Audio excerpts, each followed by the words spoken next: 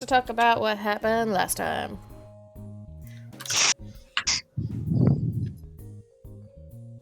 We got through that obstacle course real good, and then we delivered a box, and it turned out to be really bad. One of the worst things. You guys were continuing on your orientation day one of the academy, and managed to somehow get through an obstacle course that you guys were not intended to get through. And Your teamwork. Got the power of friendship. Got given a box by Tardo to take to Mert, the founder and leader of the academy. And when you got there, Nyogi hatchlings just burst out of the box and started attacking. And you guys managed to kill them all. And as everyone was coming down onto Mert's room because the chaos was happening, it was revealed that there was another theft that has been plaguing the academy. Happened while this was going on, and the chaos was distracting security as everybody was rushing up to the top of the academy to go check on what was going on in Mert's room. But you all successfully managed to fend off the Nyogis, and Mert thanked you all, kind of gave you all a pat on the back, gave you some payment for services rendered, more or less, in defeating the Nyogi that burst out of the box, and sent you on your way. And it has been a little over a week now since all of that happened. You all have been going through courses and classes every day, training on the specifics of ships, on the specifics of spelljammers, concentration training for all of the spellcasters to help you connect to the spelljammers easily and maintain concentration to keep them moving, and how you need to maneuver them. Everybody has been taught on the finer points of all the different pieces and parts of ships and how they work together and why it's so essential that every part is there. And during that time period,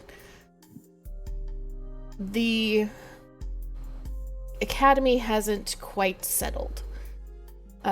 You guys have gotten a reputation from day one as both being perhaps the crew to aspire to be or to aspire to beat, while also getting a reputation for being somehow attached to trouble quite often.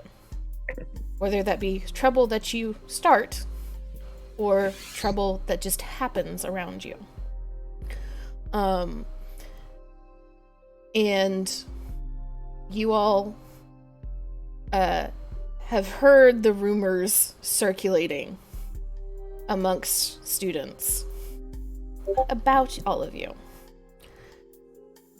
The rumors that perhaps you're involved in some of the things that are going on in the academy. Or perhaps one of you is. All the same, the officers, at the very least, seem to be impressed. And you all have been given the both coveted and dreaded slot of being one of the first crews to take place in the simulations that will start this week. You all remember the simulators from day one. The rooms that, through magic and illusion, place you on a spelljammer, on a mission, and everything feels real. You've been told that you all are going to be placed into a simulation that you'll have your memories and your capabilities, is to see how well you handle the spelljammer, how well you work together. But you've not been given any more specifics, which is part of the reason why that first slot is so coveted and dreaded. There's some leeway given to the first crew in, but also the hardest one to win is usually the first one because you have no idea. There's no rumors that circulate on what is about to happen. But you all wake up in the morning, get ready, and head towards the cafeteria with all of your crewmates and all of the other cadets to have a breakfast and get ready and plan for the day. And as you enter into the cafeteria, you all are met with a bustling, loud, rambunctious morning. Everybody is up, everybody is wired. The new cadets are excited and some terrified of what the day and the following days will hold for them. The older cadets are eager to see where everybody is going to land. The sailors have been remarkably tight-lipped about what exactly it's going to be like and what exactly you all are going to be doing. And they're all kind of watching from the wings, from the kind of reserved tables for sailors and officers in the cafeteria, watching the cadets gossip. And as you enter and head towards the back where all the food is, do I have? Yes, I do. You are met first by the sight of a very familiar gift that all of you have come to love and respect over the past week or two. It is one Winston Ryback. Oh, let me see here. Is the primary chef for the academy. You all know that your dinners are always going to be almost 5-star experiences. Your breakfasts are usually a little bit more questionable, though. And as you all shuffle up to the counter where he is serving everything, you see the 2 semi-standard options of deep-fried meat or deep-fried bean concoctions that are all stuck together in this wonderful mash of kind of starchy stickiness that everybody just refers to as gunpowder chowder. And he looks you all over, starts dishing out the food and drinks, and everybody can roll a perception check.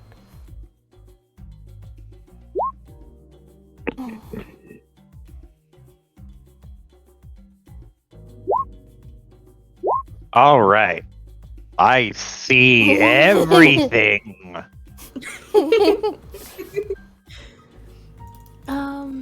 Perception, right? Mm-hmm. God, why did I have to roll a nat 20 on a fucking perception check? He's Get it out of the way.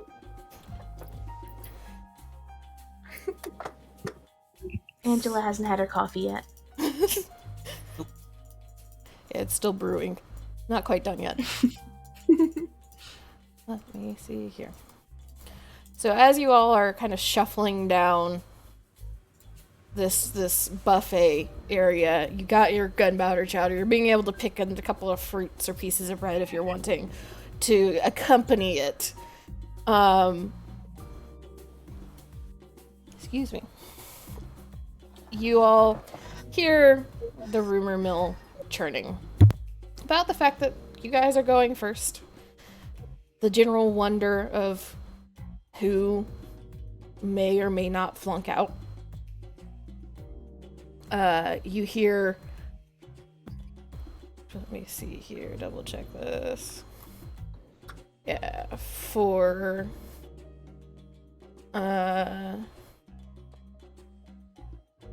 Angela, you hear some chatter about Vina, the moon elf, or the astral elf, I should say, that you all encountered that first day. About how they are somewhere early in amongst the crews. And you all have learned that Vina, part of the reason, possibly, that they were so unpleasant is they are a ranking member. Their family are a ranking member amongst the academy. They're 4th generation at this point. And there's been some favoritism that you all have witnessed towards Vina. Let's see here. Button and Taylor, you all hear mention of whoever gets the best scores from this simulation is likely gonna get a treat from one of the officers. And you hear names floating around, like which officers tend to reward people for good showings in the simulations deck. And let me make sure I am getting this name correct.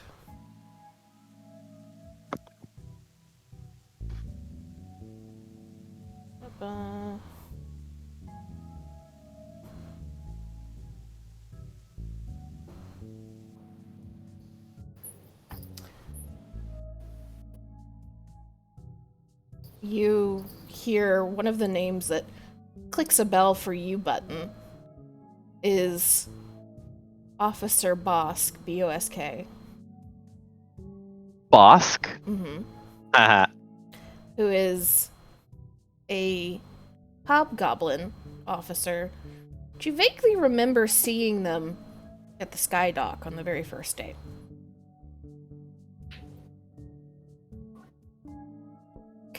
Cody and Joe, so Nevelier and Techway. You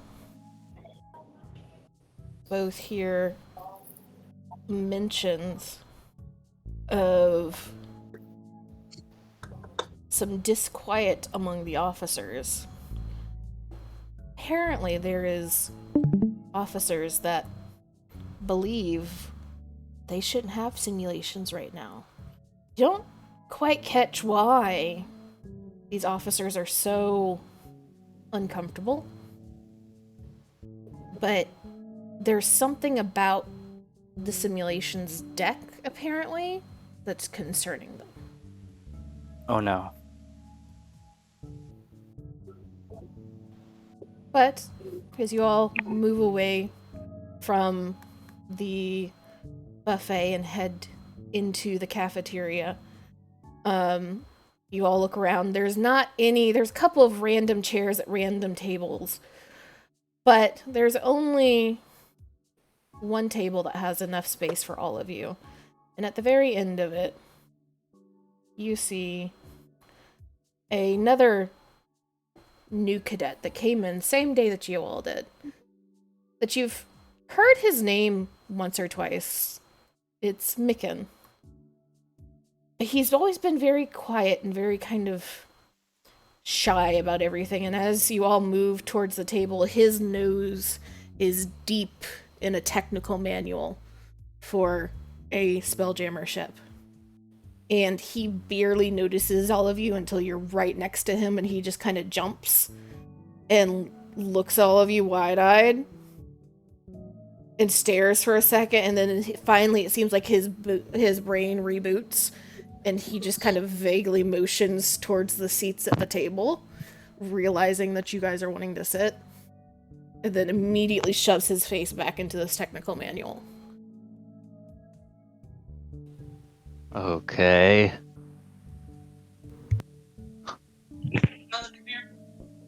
And I'll say that's over there. Up.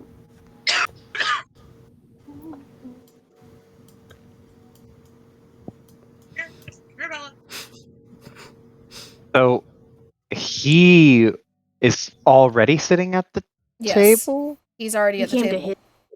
Yeah. Okay. So okay, so it's assumed that we're walking up and sitting at this table near him. Unless you all want to sit at completely random seats. No. Nope. This is the only one where there's enough seats for all of us, is what you said, right? Okay. Yes. Yeah. Okay. I misunderstood. I sort of was like, wait, is this? Am I understanding that like we're the weird ones here? Okay, yeah. Mm-hmm. Yep. I also Then imagine. Sorry, go ahead. no, you go ahead. Just gonna say that Button doesn't need to eat. However, Button is gonna mimic everyone. So Button has a tray with empty plates and utensils. There's nothing on her plate, but he's got a plate and a fork and a knife and a spoon. There's nothing on it though. But to fit in, Button is carrying a tray. In addition to her tray, Angela has a bottle that has not left her side since she's completed the obstacle course of endless coffee. Let's go. So Nevalier is using his human teeth that he has on the inside of his beak to eat his food like a normal bird. Nothing unusual here. So Button doesn't eat, right? Button does not eat. However, Button wants to fit in with the group, so Button has a plate. It is empty. Could potentially over the week or whatever, Trix asked maybe you could pick up some fruit whenever there's fruit, like extra. And Oh trade it to yeah. her. Yeah, Oh, yeah. sure. Button will pick up fruit. Hell yeah, more fruit. All you name one fruit. Pears. It is all only pears. Pears, perfect. No mixture of fruit. Just pears. That's perfect. I guess Taylor will lean over since she's kind of sitting beside Chicken and be like, "So, what are you eating?" You got me mid-swig. Excuse me. So, you lean over, and as much as you lean over, he kind of shifts equally to the other side, realizes he's leaning towards Angela instead, tries to lean back, and leans towards Taylor, and just, like, puts his book down. At this point, leans back in his chair. And he just kind of, like, instantly red in the face already at this, like, back and forth, didn't know which way to move, didn't know how to adjust. It's just, it's a technical spec for a nautiloid ship at the moment. I mean, there's some things in, like, Star Moths and other things. He starts talking about a whole bunch of different Spelljammer ships that you've heard the names of, and Taylor, you may have seen a couple of, but, like, he starts talking about, like, after he lists off a couple of different names of ships, he starts talking about some more of the specifics of how long they are, their tonnage, all these different things, and it immediately just kind of devolves into this, like, techno-science speak that just kind of drifts over most of your heads. Well, it sounds like you are getting ready, or probably about as ready as anyone can be for the simulations if you know all of this about all the different jammers.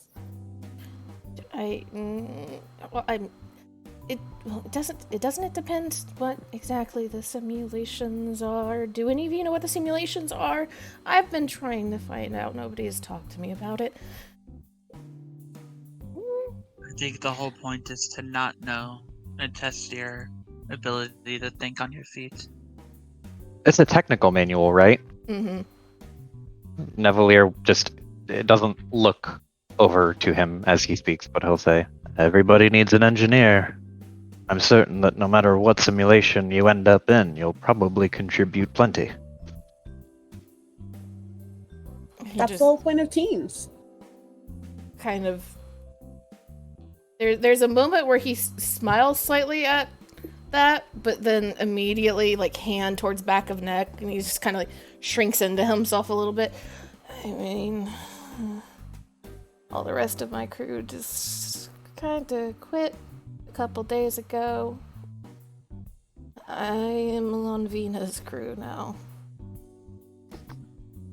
I am so sorry.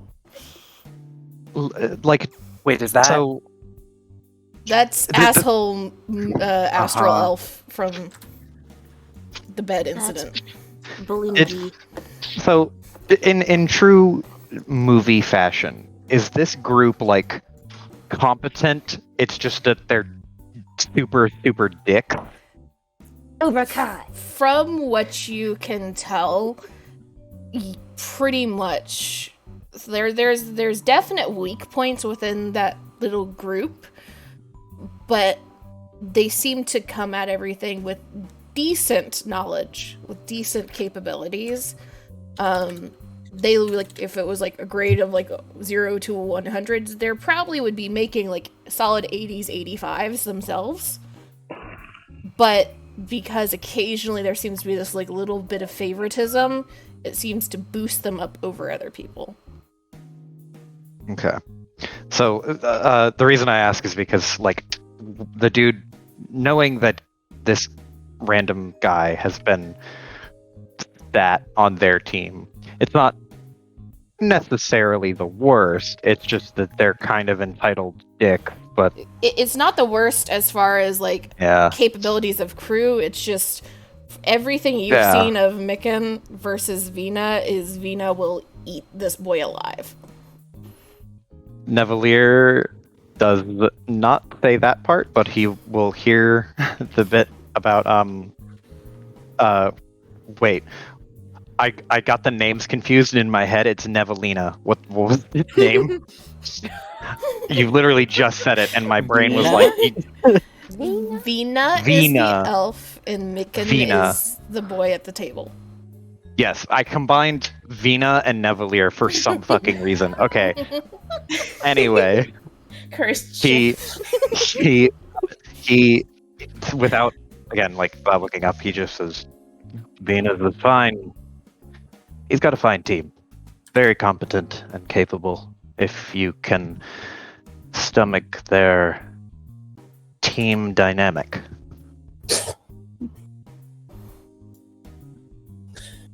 Trix just fucking scoffs as laughing at that. Are you They're a genuinely bunch of- trying to pep Micken up in this?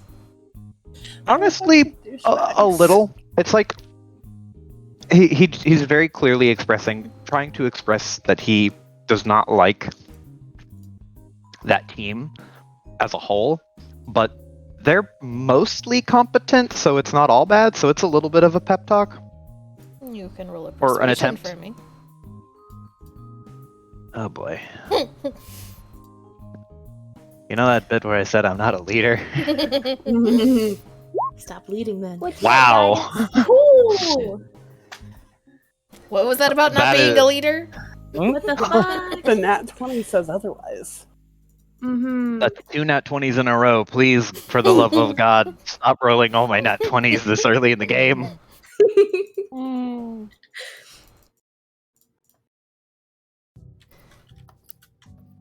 So you say this, and like the general vibe from the group seems to put Micken a little bit more at ease. He's still very clearly nervous. Like you can feel those that are sitting right next to him feel the table bouncing just a little bit where he's bouncing his knee, just like fucking a mile a minute.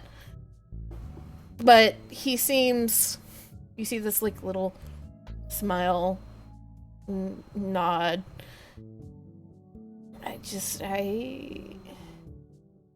I hope it goes okay.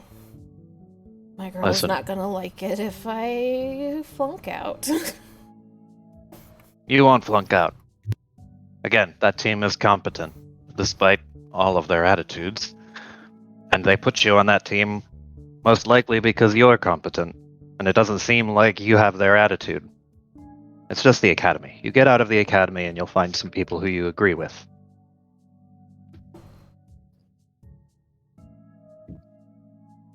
And he kind of nods again. He's staring back down at his book. But you could tell he's listening to you and listening to everyone else. Nevalier's trying to be earnestly positive for this dude because it's like, yeah, look, I wouldn't want to be on their team either, but at least they're cool.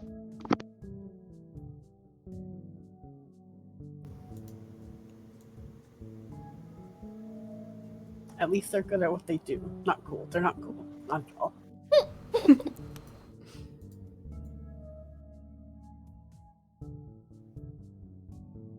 Let me see here. Let me roll this. He kind of remains silent for a few minutes and just kind of staring at his book, and he's like flipping pages, but Taylor and Angela, you both are close enough that you can tell he's not necessarily reading. He seems to kind of be skimming, but not paying attention. And he finally kind of clears his throat and sits up and opens his mouth to say something, and then like audibly closes it with a click of his teeth, and then deflates, and then a minute or two later opens his mouth again. Can I ask all of you a question? Yes. Shoot.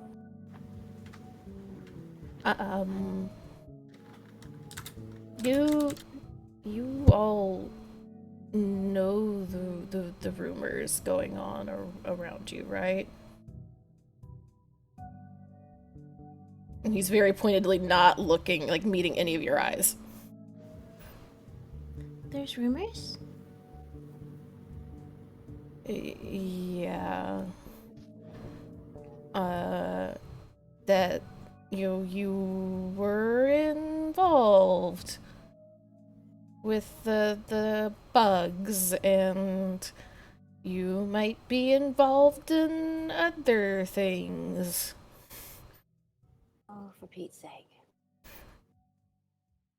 If by involved with the bugs, people mean were there when they broke out of a container and fought them, yes, we were involved with the bugs. He does air quotes on the second run through the phrase.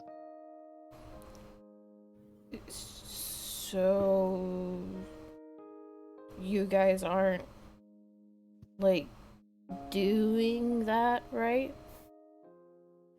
It was just a really bad coincidence, I think. We're the ones that smashed the bugs, or she points to the ones that did the smashing. They were. Nevalier nods. That's just at what they said. Like, yeah, basically.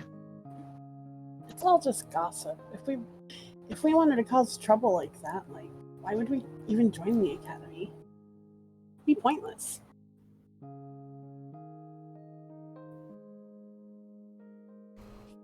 He is listening very intently to all of you, but then with what you said, Trix, he opens his mouth and then again audibly closes it and shakes his head and seems to decide better of whatever he was about to say, and just kind of tucks himself back into this book. Like, yeah, but that's good. That's good.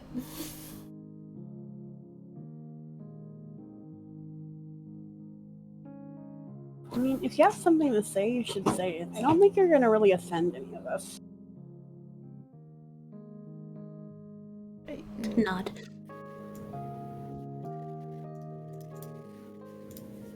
I mean, Oh no. More gossip? well, I guess, and just immediately stumbling over his words.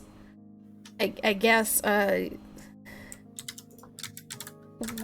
well, there's some people saying that you guys might be part of whatever group is stealing things. Nevalier doesn't look up from his meal, but he is very keyed into the conversation at this point. And he'll like reach into his bag and make some excuse to kind of shuffle around and move. he'll pull out he'll pull out a little just like standard issue handbook on like the basics of spell jamming roles in leadership positions and whatever, like a fucking idiot's guide to being a captain on a spelljammer ship. And as he's like reaching down to go for the book, is there anyone who is like pointedly staring at this dude? At the table or in general? Everyone outside of the table we're at. Is there anyone from another table who's staring at this book dork? You look around, and it is just crowded, busy breakfast time for the academy. There doesn't seem to be anybody like super intently, unblinkingly staring at Micken. You do see over at the far table Vina and his crew. That they are not staring, but this looks like Vina is having some sort of conversation about Micken and is occasionally like gesturing in his direction or looking over and like smirking, but he's not staring. You see, I mean, you guys see in the tables immediately around all of you, one or two people that occasionally glance in your general direction as a table. So you know the gossip is continuing, but it's not like over the top hostile either. It just seems to be topic of the day type gossip. Yeah, just rumor, hot off the presses gossip. But it doesn't seem like anybody's really. My intent is to see if anybody is like kind of watching him interact with us, but it doesn't really seem like that's the case. No. Okay. The only ones that seem to be genuinely invested in Micken himself is Vina and his group in their talking, but it's you are well aware enough to know with that personality and that crew, they are probably just complaining. Okay. Makes sense. Then Nevalier pulls out his book and flips to fucking chapter 4. Why we say we instead of I. And just like casually starts flipping through it and just goes, there's someone stealing from the academy? Well, if you remember from your handouts you got on the very first day, there was a mention of thefts and of security concerns. And then Mr. Blip, when he came in at the very end, after you guys dealt with the Nyogi, he said that during the attack, some very important papers got stolen. And anybody who wants to see if they would have heard about anything else or were paying attention to such rumors and gossip over the past week could roll insight. I would like to insight the school, the cadets at large. There it is. There's your one. You have to get 2 1s to balance out the 2 20s. There is. Don't say that. Don't say it, please. Okay. Oh wait, insight for what? If you think your character would have been like paying attention to like rumors about thefts and crimes and shit that was going on at the academy over the past week.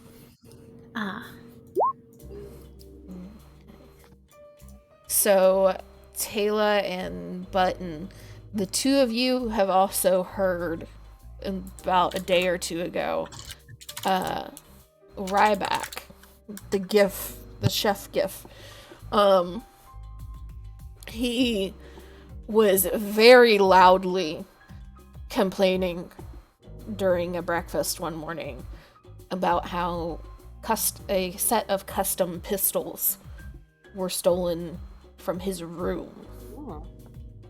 Not even a more public area, but his room. In the general just anger of these very expensive, one-of-a-kind things that I enjoyed got stolen.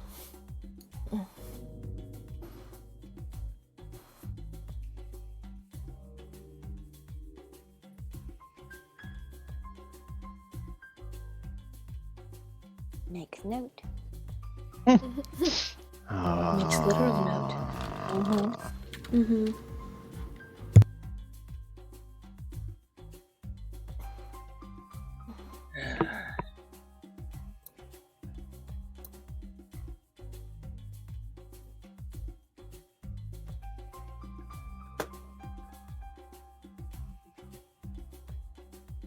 Well, we can at least get the rumors off our backs if we suggest that we be searched. Show that we have nothing to hide.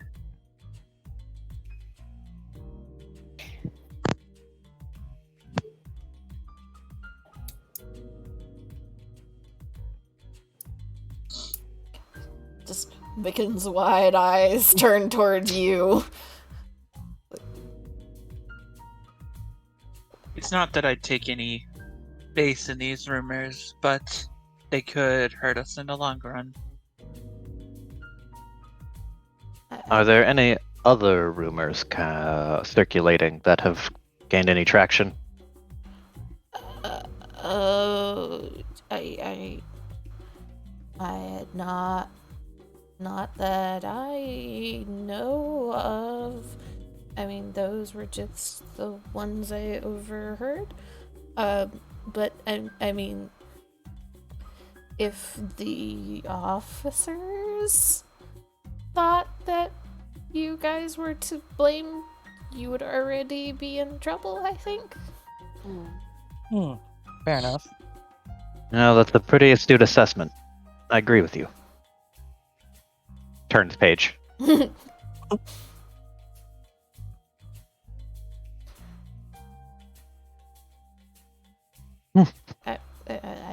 I'm sorry I brought it up. I should be quiet. I should be quiet. No, you shouldn't be quiet. Don't mistake the silence for distaste. Nevalier holds up the book a little bit, like gestures to it, and just goes, "I'm trying to catch up on my reading." Yeah, feel free to say whatever you want. I mean, it's not like it's our table or anything. You see Mick immediately look towards the table, and there's this like flash of like, oh shit, did I sit at a bad table this morning? On his face. You were here first. Just like, oh man, I made a mistake. I should have known that they would come here.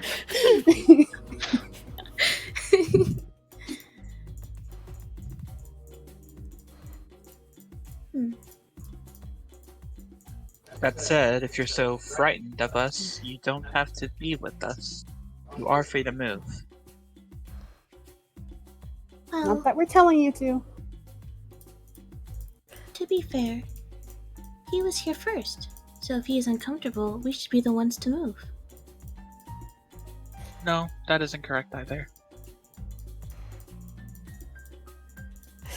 What? As this like debate starts, you just see Micken like mouth hanging open, like I don't know what to do in this situation, kind of like expression, and like this like little hitch in his breath of like and you see him like fingers twitch around the book that he is still holding with both hands, of like maybe I should get up and move. No, I don't want to move, but looks around.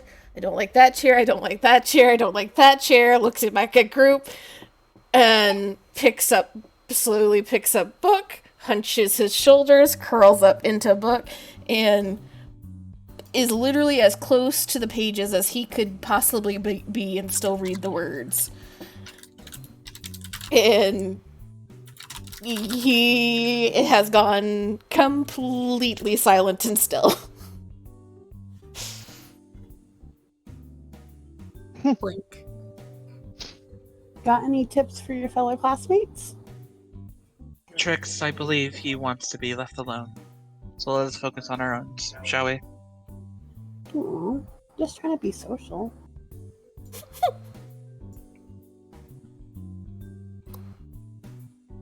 Although, to be fair, for all of you, this is the most words that you have heard Micken say in like one time period the entire time you've been at the academy. Button's eyes are gonna. Button has handed over, slowly been passing one by one pairs to Trix across the table. Plate is empty now. Mission is done. Eyes turn to Micken. You too, Button. Leave him be. I wanted to ask if I could hear more about the specifics on Spelljammer classes he was talking about beforehand. And if you want to bother him, it's up to you, but look at him. Looks at Micken. Would you like to talk about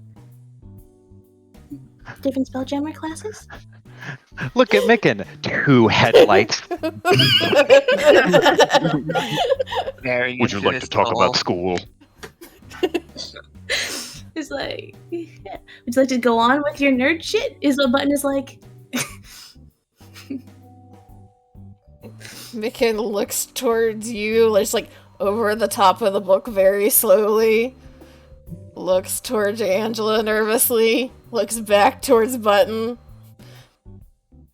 Disappears back behind the book for a second, and then you very quietly hear like the mumbled ramblings of nerd shit that you can kind of hear if you're paying specific attention to him, but not necessarily loud enough to be conversational. And Button is paying attention. It's lecture time. For Button. And you just hear your Bud would be familiar with the base Spelljammers from the classes you have taken thus far, of the base ships of the space galleons, which is one of the larger types of ships. That's one of the primary ones that they teach you about at Spelljammer Academy. This is kind of the vanilla ship, I guess you could say. But continues talking about hammerheads and damselflies and flying fish and turtle ships and living ships, and just goes on this long tangent of benefits and cons and tonnage and crew needs, and almost like he's reading off just technical listings for all of them from his head, because he's not flipping pages as he's talking, even though he's hiding behind his book. So it's very clear that he knows these things. This dude's fucking like a savant. He is a engineering wizard. Yeah. But he is paying a lot of attention. He knows the ships themselves in and out, but from the way that he is talking, it's very clear that he knows very little else, or doesn't seem to care about anything else.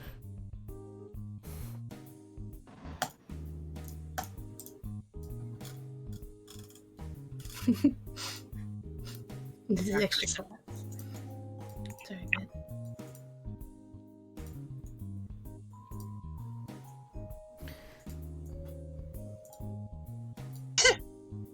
Alright. Bless you. Bless you. So, Thank you.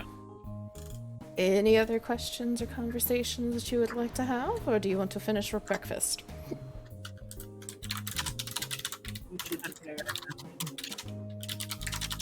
You're cutting out, Piper.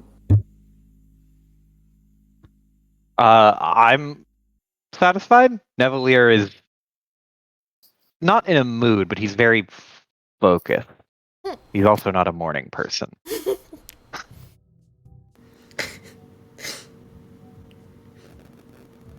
I am prepared to move on to simulations.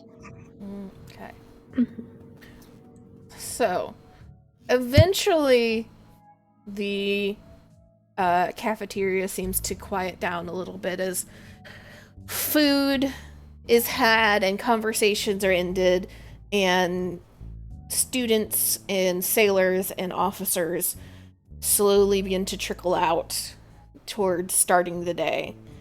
And all of you eventually finish up your breakfast. Micken gets up and leaves before the rest of you because Vina and his crew finish before the rest of you. And as they are heading out of the cafeteria, Vina calls Micken by name and tells him to come along, essentially. And Micken doesn't even question it, doesn't look twice, just book immediately into bag, runs after them. And they're already out the door by the time he reaches the door. As he's walking out, I will cast message and say, "Good luck, you're gonna do great." Yeah, Trix would also say, "Good luck. Sorry you're stuck with Team Douchebag." Nevalier gives them looks at him with an incredibly just hard scowl that is just his resting face, and then gives them a firm nod and a 2-finger salute, like a good luck, but doesn't. It's a little mix between I'm not sure if he's being nice or being encouraging or just angry at something. Hegway, who also hasn't spoken at all yet, will telepathically try to tell him, don't trust him.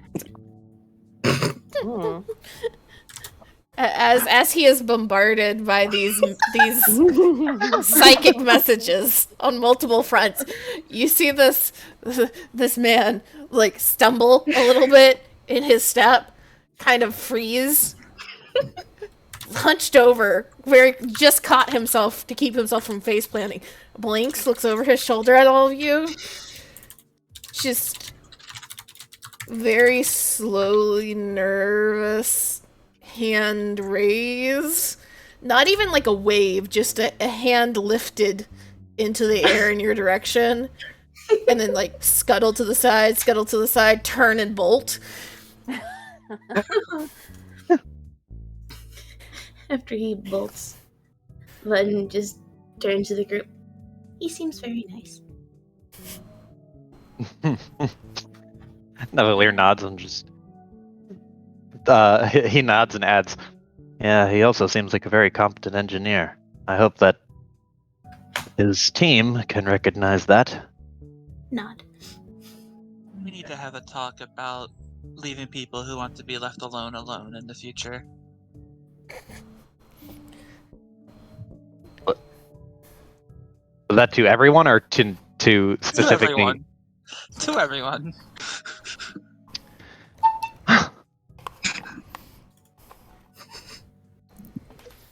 What's wrong with trying to include people? It's not the issue of trying to include people. It's trying to include people who very clearly do not want to be talked to.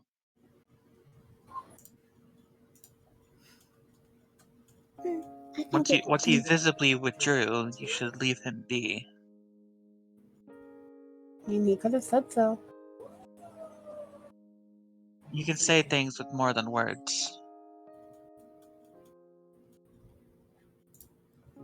And past that point, the kindness becomes a coldness. Because then you're forcing him to act on your terms.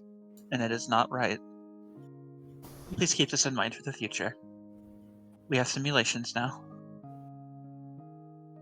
Continues walking.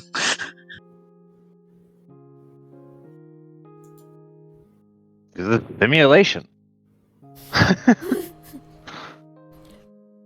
So you all exit the cafeteria and head up towards the simulation chambers and enter into the kind of lobby waiting area outside of the 3 chambers. And waiting for you inside you see two familiar figures. One is Tarto, the Hadozi, who seemed to be in charge of your orientation, and you all know now is kind of loosely the one that's in charge of junior trainees and cadets. The new, fresh faces in the academy. Is this also the attempted murderer? Or is that a different... This is the How one does that he- gave you the box, yes, but Tarto has been fully cleared from that. It was a box that got dropped off. Yeah, Essentially, this is- up to the simulations deck to get halfway to the bridge quarters. Huh. And you guys were just the first group that she was able to be like, okay, here, take this up so that it's out of my fucking simulations deck. Okay. Yeah. So Tarto was following orders much in the same vein. It's just like they were told don't open it, and so Tarto told us don't open it. For Tarto, it was, this is for Mert, who is my boss. Unless Gotcha. Mert tells me to open the box, I'm not opening the box. Because there was a kind of a questioning of everybody that had touched Even the the- box before all of you, and it just seemed to be a mail delivery to all of them. That's not abnormal for Mert to just get a crate of something or other, because this is where he lives most of the time. But beside Tarto, you also see the very tall, very pale figure of... I don't know, why do I always forget how to pronounce this fucking name? Spelljammer dude. The Sayer Yeah. Let me go find where the actual pronunciation is for this name. Can you imagine if parents actually named their child Spelljammer Dude? Yeah, SJD, what's up? Serth Pretty rad name. Abazine. Serth.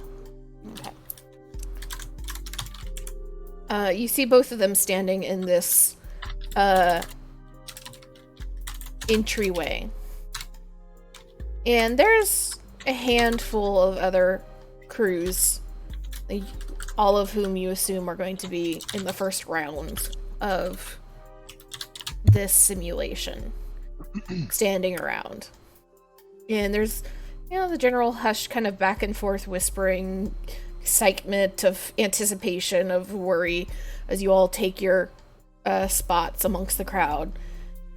And Saerth seems to be talking very quietly to Tarto, but Tarto is not saying anything in return. But as the last few people enter into the lobby, Tarto turns in all of your directions, cutting off Saerth mid-sentence. And he just kind of calmly closes his mouth and straightens himself back up and just turns back in all of your directions. Very... For those of you that have been training to be spelljammers, a very familiar kind of distant, kind of vacant look on his face. And he slowly smiles in kind of an uncomfortable way, for as blank as the rest of his expression tends to remain. Says, well, this is going to be fun for all of you. You all get to participate in your first real simulations today. All of you will be going into the simulation chambers. You will be put under an illusion. All of you should remember that everything that happens within the illusion will not be real, but it will feel real. And you just hear this little snort from Tarto beside him. And she's kind of like is chewing on this like unlit cigar that just seems to constantly be hanging from her mouth. and just crosses her arms slowly. What that means is that if you die in there, it's gonna fucking hurt. So try not to die. If you are killed in the simulation, you will be put into a coma, essentially, until your team finishes the simulation, or they die too. You'll come out and you'll be taken to the infirmary to make sure there's no lasting lingering side effects. Usually the most it is a headache. But I would advise trying to avoid that if it comes up. Oh, understood. There's general murmuring of disquiet from everybody. And Sereth slowly nods and takes a step back and begins to kind of start pacing back and forth, looking over all of the different groups that are kind of assembled in the room. Each crew is going to navigate your ship through wild space. On the outskirts of Collier, giant gas planet, only a few planets away from our own here. You're going to be in search of a derelict and abandoned ship. Your goal is to get the captain's logbook from the wreckage and return to your starting point with your ship intact. And Tarto kind of lifts a hand with a single finger. Intact is the key word here. Not first. Get it done well, get it done right. Quick is only a bonus.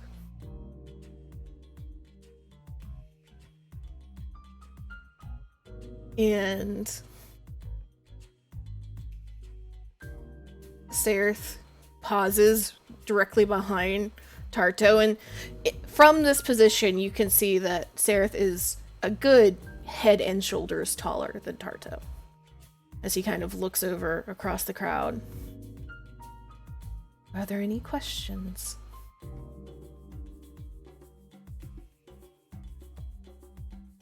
Good. All of you, go ahead and discuss amongst your groups as you head into the simulation chambers. All of you should know your roles before the simulation begins to save as much time as possible. Once the simulation begins and all of you awaken on your ship, it's up to you. There will be no further guidance until it is over. And Sereth takes a step to the side. Tarto starts moving amongst the groups, tapping one person on each group's shoulder, telling them which simulation chamber to head towards. Eventually makes it towards your group, and tells you which simulation chamber to head towards. And all of you, as you're walking, can figure out what role you would like to play. There is only one Spelljammer, and the Spelljammer is mandatory. All other positions are optional. Multiple people can play the same role on the ship.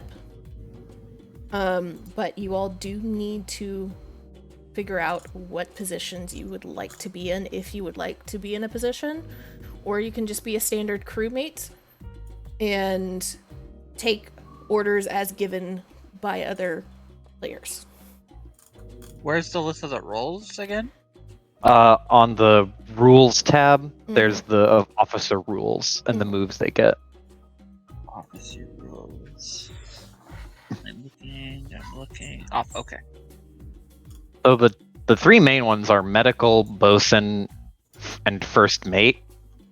Besides that, there's navigator and a spelljammer. Yeah. Besides that, you'll be the Spelljammer, I assume, Piper, because that was you called Either dibsies. me, it should be Button because Button has more mana. Or Taylor. Mhm. Yeah, so you have to be somebody that can cast spells to be the Spelljammer.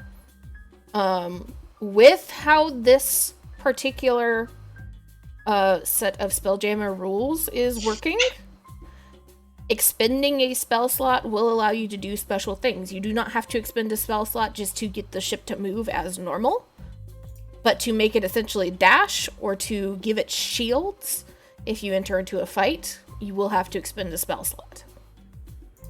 And that is a spell slot. You expend it is just like as if you cast a spell if you enter into like one-on-one combat or something like that. That spell slot has been used.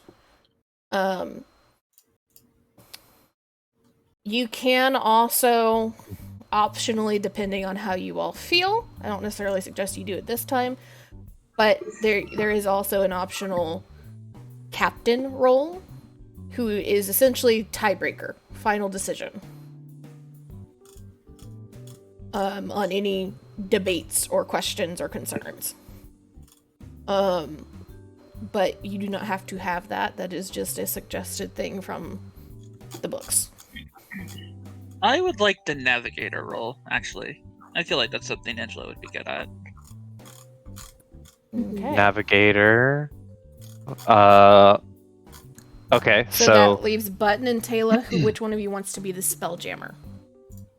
I only have 3 first-level spells, so you probably have more than me. No. Oh, both are full level spellcasters. Yeah. Druid and Sorcerer are both full casters, so you can be Spelljammer if you want.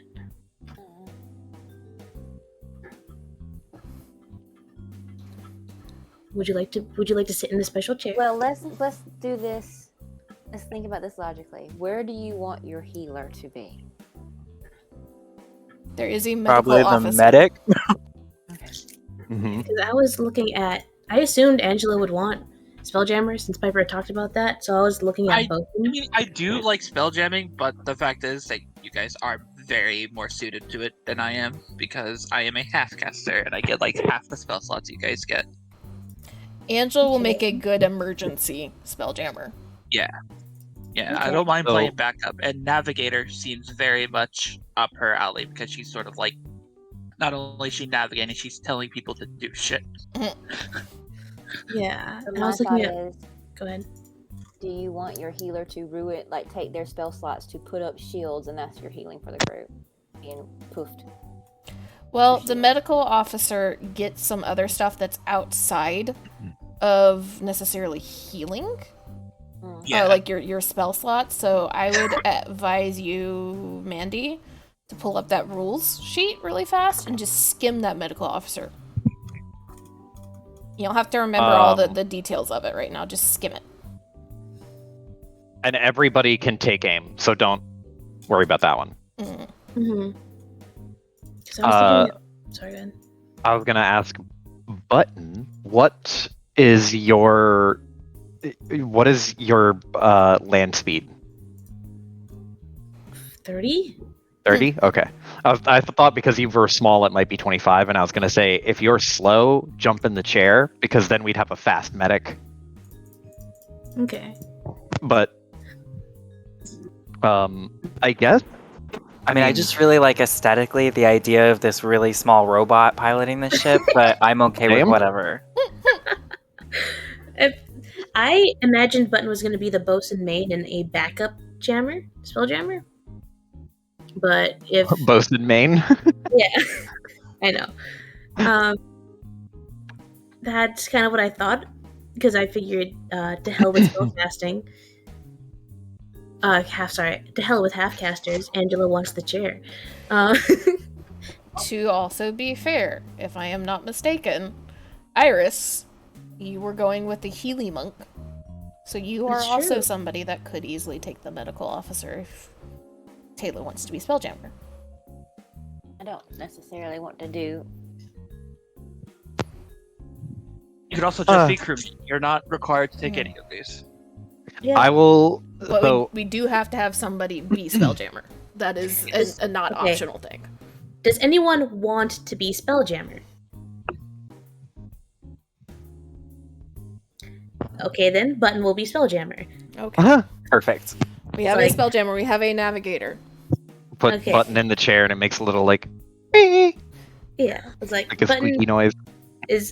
was gonna be backup Spelljammer, but if there is no like first Spelljammer, Button will be Spelljammer. You're fucking R2D2. Yeah. You're piloting the whole ship. Right. Cody, is there a spot that you would like to be in? Well, if no one is taking the bosun, Techway can do that. Or Techway can also just be a generic officer. Okay. Joe, is there a preference? Well, we can double up everything except Spelljammer, right? Yes, you can double up Yep. on everything except Spelljammer. Then it doesn't. So I mean, there's no captain listed on here. There's first mate. I assume that would be the quote unquote captain Close role. enough. Close Yeah. enough. Yeah. So I would take that one because that seems. I like Navigator's ability to move people, but I guess I just have like inspiration as a primary ability. Okay. Is there a particular role that you would like, Iris? Not particularly, because I only skimmed it. I didn't really super read into it.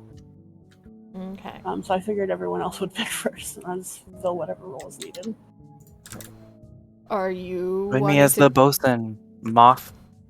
Solidarity. the moths fix the ship? Mandy, That seems racist.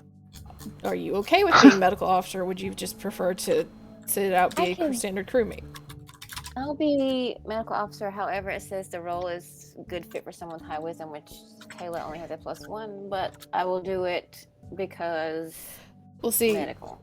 How I could- how the medical officer works, and this is to give some insight into this, is every ship that you will have X number of like NPC crew that, depending on how many crew you have currently, will affect the ship. You don't have enough crew to run the ship, then the ship starts to slow down, you start not being able to use all the weapons, because certain weapons will need X number of crew to man it. Mhm. So the medical officer in and of itself, other than one or two things like the neutralized poison, is not going to affect the other player characters. It's just keeping these X number of NPCs on their feet. Gotcha. And they shouldn't, like it says that you can heal temporary hit points up to 1d6 plus your wisdom modifier. It should get up, the NPC, even if I rolled terribly. Yeah. Okay. So you don't have to worry about the medical officer roles in and of themselves affecting any of the named characters right now. Okay. That's Well, going I'll to do just medical be- then. Because you are entering a simulation, and all of you guys would know enough about the simulation to know that these are just going to essentially be spectral illusions that are running this ship for you. They don't have names, they don't have personalities, they just do what you tell them to do. And only what you tell them to do.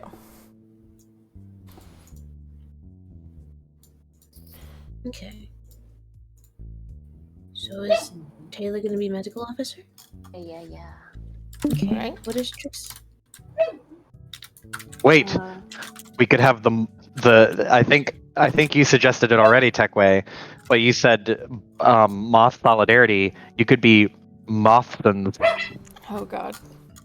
Both from Bosons? I did not realize that the medic was based off wisdom. I do have high wisdom if that's needed. It doesn't really need the modifier. Yeah. Okay. I mean, Oh, if you yeah, I'll want do to both of join them. Talo as a medical officer, you can as well. Yeah, I- there's no reason you I- can't. I'm Yeah. just happy to be needed where needed. So, So, which one? You could do either or. fucking moth solidarity. Let's do it. Okay. Mothswins. So you all have this discussion and enter into the simulation room, and the simulation room is almost exactly how you remember it.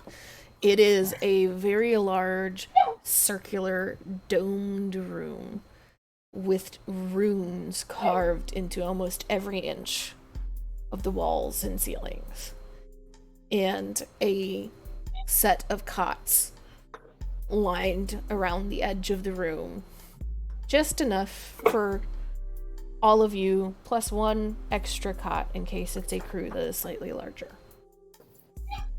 And you all slowly move towards your cots, lay down, and try to relax. And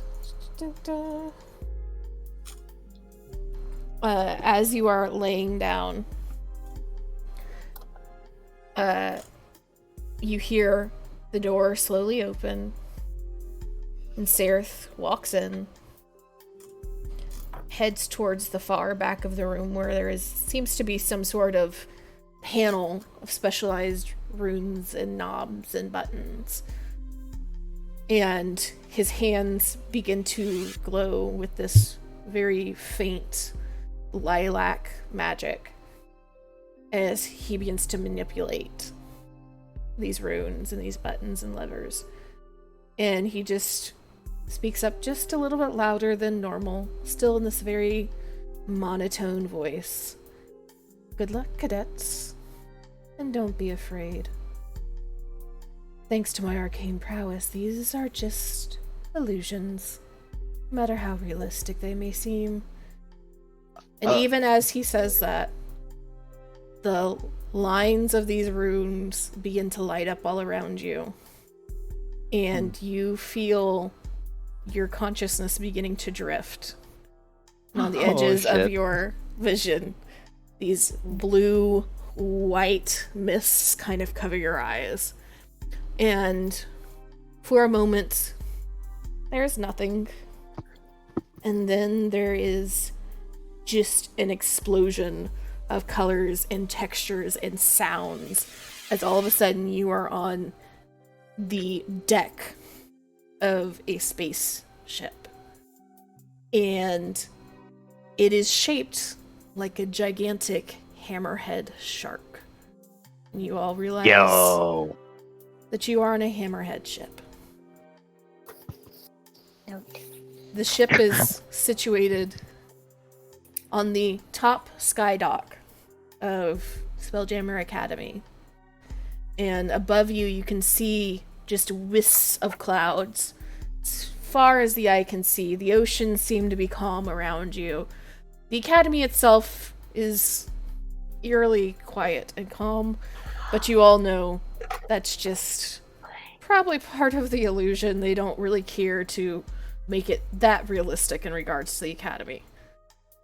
And the ship, let me see here. I do not have that. You boy. The ship itself, though it is shaped like a giant hammerhead shark, is made of wood and stone and cloth. There's still sails reaching far above. All of you have been trained just enough to know that hammerhead ships are designed with one primary purpose beyond your standard ship. That is, this is a ramming vehicle. And I believe I have this.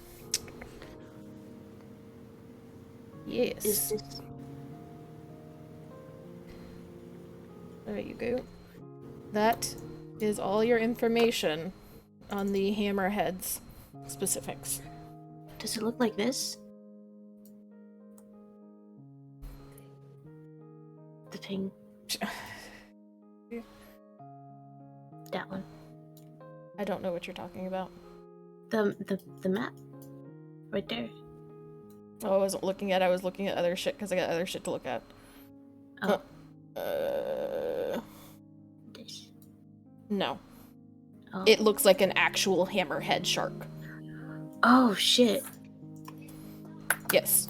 Spelljammer ships, when they are designed after an animal, they look like the animal. They're not stylized. Oh, that's fucking awesome. Let me see if I can find an old map for it.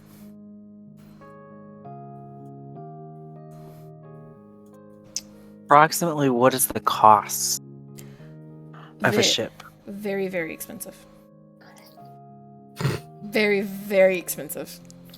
Do we control the crew, or is that DM? You guys will be in charge of controlling the crew. So as you're looking out across this ship, let me double check this. Yeah, you see a bunch of kind of spectral, just standard, almost like, bathroom, restroom side men on this ship. There is no features, there is no, like, distinguishing marks. They just seem to be humanoid of, like, standard 5'6", 5'7" height. All exactly the same at various spots on the ship. So, whenever you are needing to do something, and have, one of the, weapons manned or something, you will have to tell X number, so the Mangonels, 5 crew, to go man that. And you only have 15 to work with, so if you are trying to split up too thin, you guys will have to take away from one thing to go to another thing. Okay. Alright. So, as you all kind of get settled and get situated, Button, you make your way towards the Spelljammer chair, and this seems to be a very standard spelljamming helm, based off of everything that you have already been working with in your spelljamming classes. Is just a standard kind of high back wooden chair with very thin red upholstery, and underneath it are a set of bright red crystals that are attached to the bottom of the seat. There are no legs. The seat just hovers a little bit into the air, using these crystals to lift it up and keep it completely even as the ship moves and rocks and turns around you.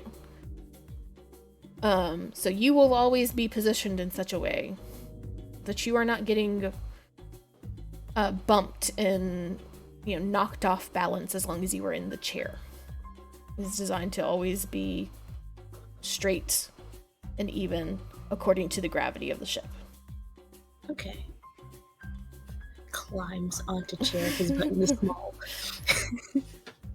Button's feet dangling. Yes. Button's I love feet that. don't reach the edge. Yeah, Button sitting in the chair like a fucking Lego person in an easy chair. Yeah. Hell yeah. Button is 3 feet tall. And you all begin to move about the decks towards your various stations.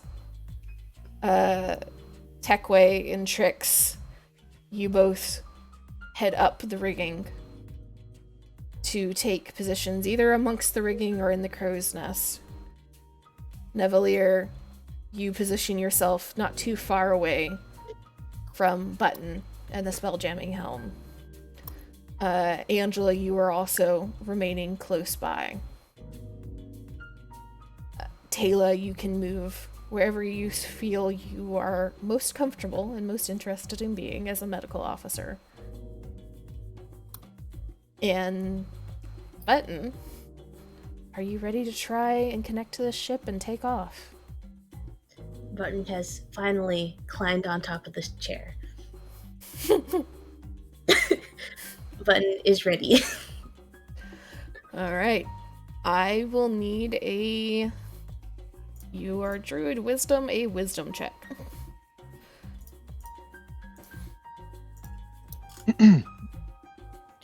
You know, if it would roll, that'd be nice. Damn. Boom.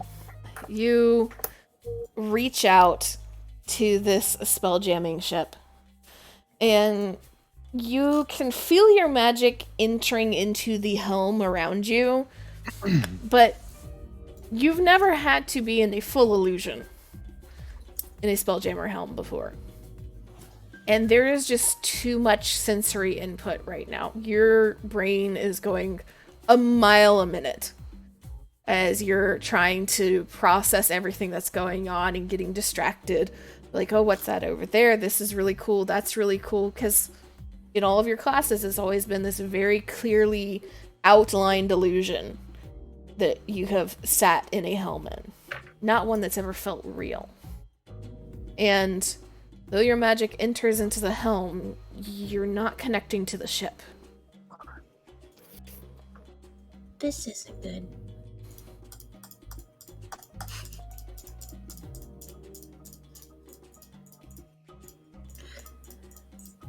Would Taylor run over and touch button to give guidance for the next attempt to move ship? Sure, you can give guidance. Just and then just like looks around, just LED eyes stare back at Taylor as Taylor's running over. Just, we might have a situation. Oh, you got this. Guidance. Button's gonna just doesn't take a deep breath because Button doesn't breathe, but Button like flexes fingers before grabbing onto the armrests because Button can't rest their arms on the armrest. And ready to try again. Okay. Wisdom plus a guidance d4. Ooh. Still roll a d4? If you want to. Guidance only lasts for so long. Yeah, fuck it, 25. As you recenter yourself, you concentrate, and if you had eyes to close, you would be closing your eyes, trying to focus. And your hands touch these armrests, and you can feel more of your magic draining from you and entering into this ship. And there's a moment where it doesn't seem like anything's happening, and then all of a sudden you feel the ship as if it's your own body. You feel the feet of everybody moving around. You feel the wind in the sails. You feel the almost urge from the ship to move. And you just release it to allow it to do so. And all the rest of you are standing there just kind of waiting, like, okay, what's going on? And then, seemingly out of nowhere, the ship just lurches forward. And you see shit. the winds catch in the sails, even though you don't feel any wind. And the ship starts moving and picking up speed. And it slowly turns up and up. And even though you are still in the atmosphere and you can feel the slight drag of gravity behind you, you are all now pointing directly towards the sky as you're exiting the atmosphere. That is fucking disorienting. And all of you break through the clouds, and the blue of the sky begins to fade. And at first, it seems like there's going to be nothing but blackness. But as you fully exit the sphere of Toril, your home planet, you all enter into just an array of colors. All of a sudden, sweeping blues and purples and reds and yellows, and every color that you can imagine seems to swirl around you as you enter into wild space proper. And we'll take a break there. Ooh. Ooh. Man, Man, these wild fucking technique. weapons. God damn. How many crew do we get? You have 15. 15. 15? Mm-hmm. So, go ahead. No, I just saw the tech way slowly drifting through space. Moth overboard.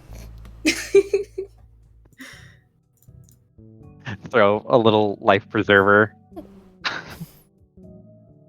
It's shaped like a lamp.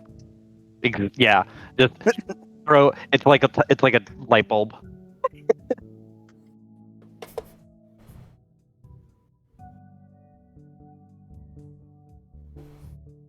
Oh, I forgot about that. Hmm? Button took a spell to yoink or yeet. Oh He's yeah. helpful if someone goes overboard.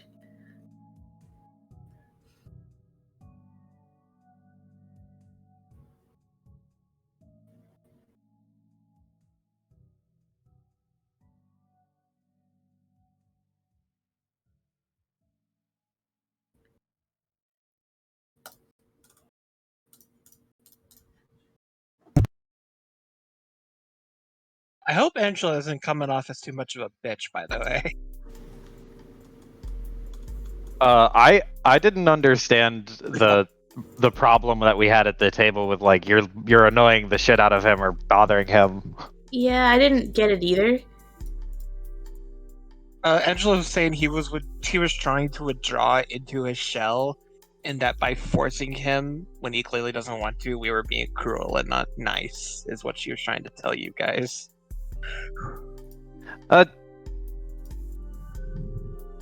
Yeah, but I didn't see that interpretation of things, so I was like, well, what? Okay, maybe I was in the wrong there, but it's fine. it looked like he was like trying to hide behind his book, like, please don't talk to me. Mm-hmm. Excuse didn't me with really- the mouthful. Micken is just anxiety disorder personified. Yeah, I kind of Yeah, figured. that's why I had Button ask about ships, because that seemed to be something he was knowledgeable and interested in. So if we have 15 crew,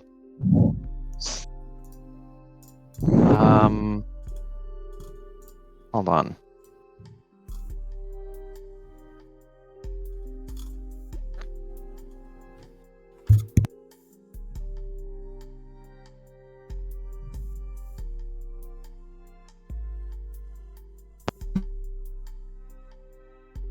Darn it. Wait. Crew do not take their own actions outside of the ship actions, which means that for a ballista, it takes 1 to load, 1 to aim, and 1 to fire. That is why it's crew 3. Yes. So here's the question.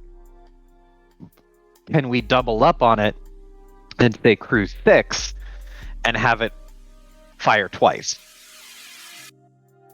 Load it, aim it, fire it, and then have the other 3 load it, aim it, fire it? Or does that not work? No. Each weapon will only be able to be fired once per round. Gotcha. There's Okay, so some then there's some ways you can update and change weapons later on that give you more abilities to do that.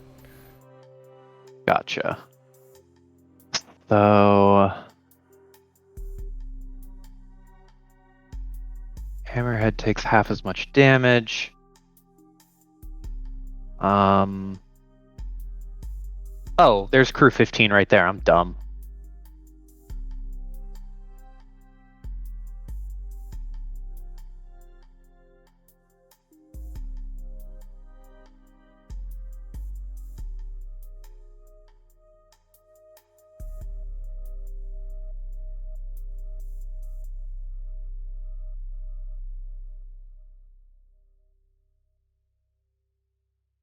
And these ships are slow.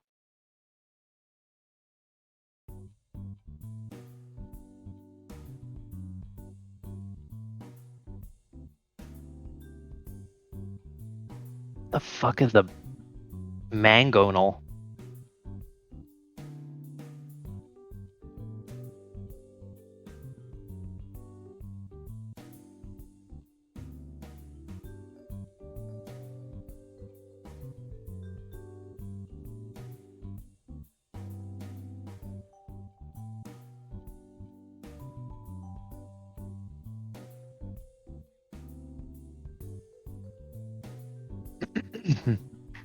They're essentially like mini trebuchets. Trebuchet. I'm trying to find a good map for a hammerhead ship. I only heard it was trebuchet, and that just makes me think I regret not building one. Trebuchet. I need to show you guys Duralius and Associates at some point. What's that? It is a now canceled YouTube animation series of like 3 to 5 minute episodes, and it is peak D&D humor. It's like a crew of dipshit clowns who want to adventure for money and do generic good for the people team up to open up a business that they call Duralius and Associates. And Duralius is their leader, and everyone else is an associate. And they're all, the first episode is like, why are we called the Duralius and Associates? And they have a fucking argument about why they have to be called that. And he's like, because I'm the competent one. And they're like, wow, that's brutal. And then it just turns into a weird, what would be in character, out of character mix of an argument. But from the impression, Duralius isn't wrong. Everyone else is a fucking idiot. And it, like, the humor devolved from there because the guy who, quote unquote, plays the elf ranger, whose name is Neebs, is like a redneck. So he's like, he's an elf with a mullet and a really, really bad southern drawl. And there's a wizard named Murdon who is not hold on, what is it? It's not polyamorous. What is the any sexuality? Pansexual, there it is. He's pansexual, and he's also like a huge weirdo. And he invents his own spells, and it's great. It's such a weird niche animation that the animators stopped making it because they couldn't get enough attention for it to justify making more. For the amount of time and energy it took to make it. And I was really sad, but there's like 60 episodes that are just a fucking treat. I'd be down to watch. It's so fun. You can watch the whole thing in like a day. It's not a lot, but Cool. Oh, that's too many pixels. That's too many pixels. That was bad. No. too many pixels or too few pixels? I just tried to type in 18,000 pixels. Oh god. My computer would have crashed. Trying to get this map. My old computer. 3, take it or leave it. There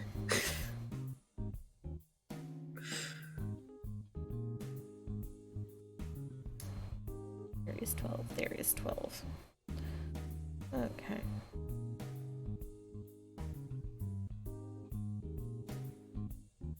And you ignore some of the direct locations. But that is the Hammerhead map. It's a big ship.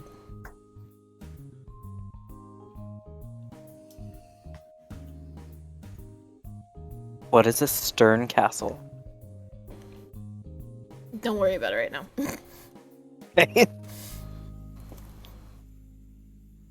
So if you look at the regular image in the chat, that'll help you visualize it better than the map could.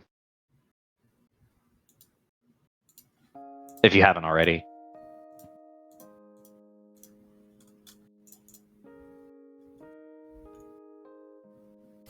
Essentially, it's.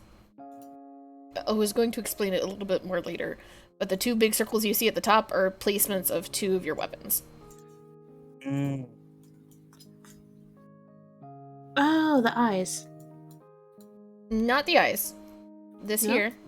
Right here in the center. Oh, I see. Okay. In the stern castle. So this one up here is your ballista. Uh-huh. And then you have one of your mangonels here. And the other one's here. Gotcha, okay. And you have to they are called castles because you have to fortify around your weapons on these ships. Because your weapons are targets. You want to disable the enemy's trebuchet so they stop trying to fucking attack your ship. So they're fortified. And now, question. Mm-hmm. On the deck here in the picture, is there like a bubble of air around it, or like how does that work? How air works with the Spelljammers is when you leave atmosphere, because the Spelljammer itself is so large it takes oxygen with you. You have, depending on the size of the ship and the number of crew, between 1 month and 120 days worth of oxygen in a big bubble around the ship. That bubble will never shrink. It just essentially starts swapping out oxygen with like carbon dioxide instead. Sure. It's your little atmosphere bubble. It's let me see. One Piece did this really good. It's the way I just imagine it right now.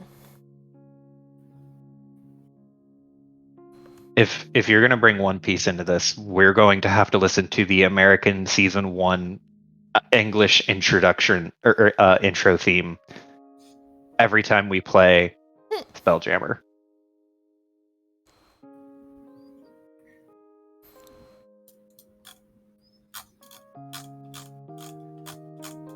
Why is that picture so small?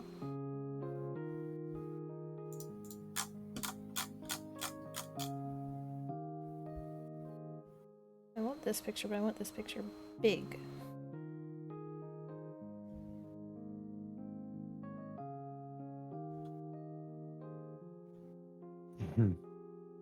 There we go. So like in One Piece there's a point where they have to go underwater, and so they have to take oxygen with them, and they have coatings that keeps oxygen in your ship. Imagine that with Spelljammers. Okay. But bigger, right? Yes, but bigger. It'd be big enough that like your rigging and your mast and everything would be within the main bubble.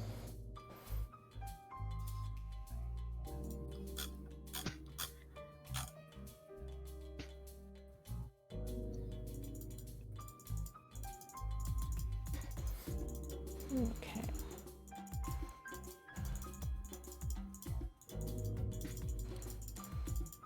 It's not cold anymore. That's unfortunate.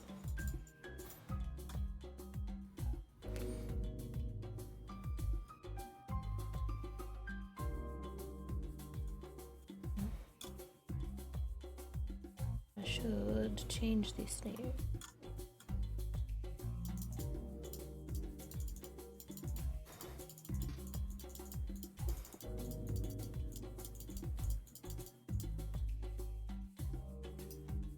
I have like a bunch of tabs open now. Same. Welcome to my life. Reread the Spelljammer thing. Welcome to my life. It's really easy having a bunch of tabs open.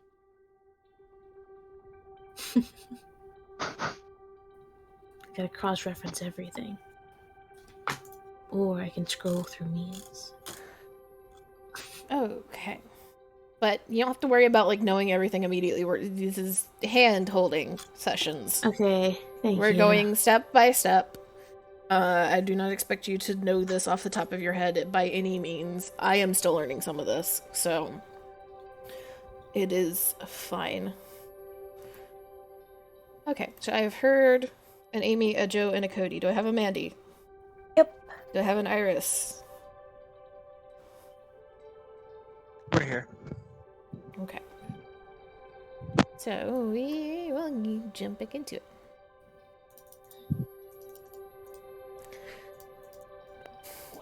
So, as you all exit the atmosphere and are thrust into wild space, for most of you, this is the first time you have ever been in wild space.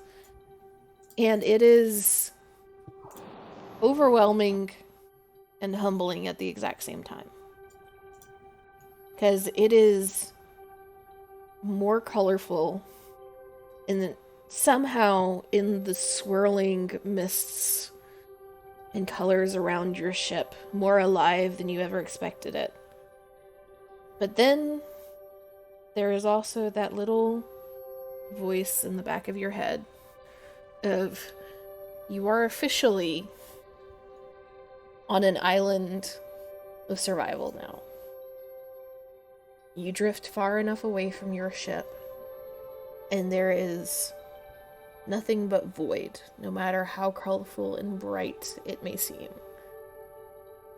You all can feel, though it never gets so bad that it is directly uncomfortable, you can feel the air around your ship cooling a couple of degrees from the nice tropical island warmth that you all have gotten used to being just a little colder than what you would like. And you all take a moment and adjust, knowing that this is an illusion, but this is what you all are signing up for. And then Angela, you're exploring the navigator's table, looking at the various maps and charts in front of you. And you find a single large map that you unroll that is a map of realm space, the sphere of wild space in which your home planet resides. And you can see very clearly Toril, your home planet, marked. And just a few planets away, you can see Collier, the gas giant. And in amongst the moons and debris and asteroids that are marked in that part of space, you see an area generally circled with a question mark. You can assume that is generally where you are meant to be going. But as you begin to look across the expanse between where you are and where you need to go, you realize that this is not just going to be a quick hop to the moon and back. This is days in simulation. This is days heading directly into some of the most treacherous space in realm space. And you begin to plot your course.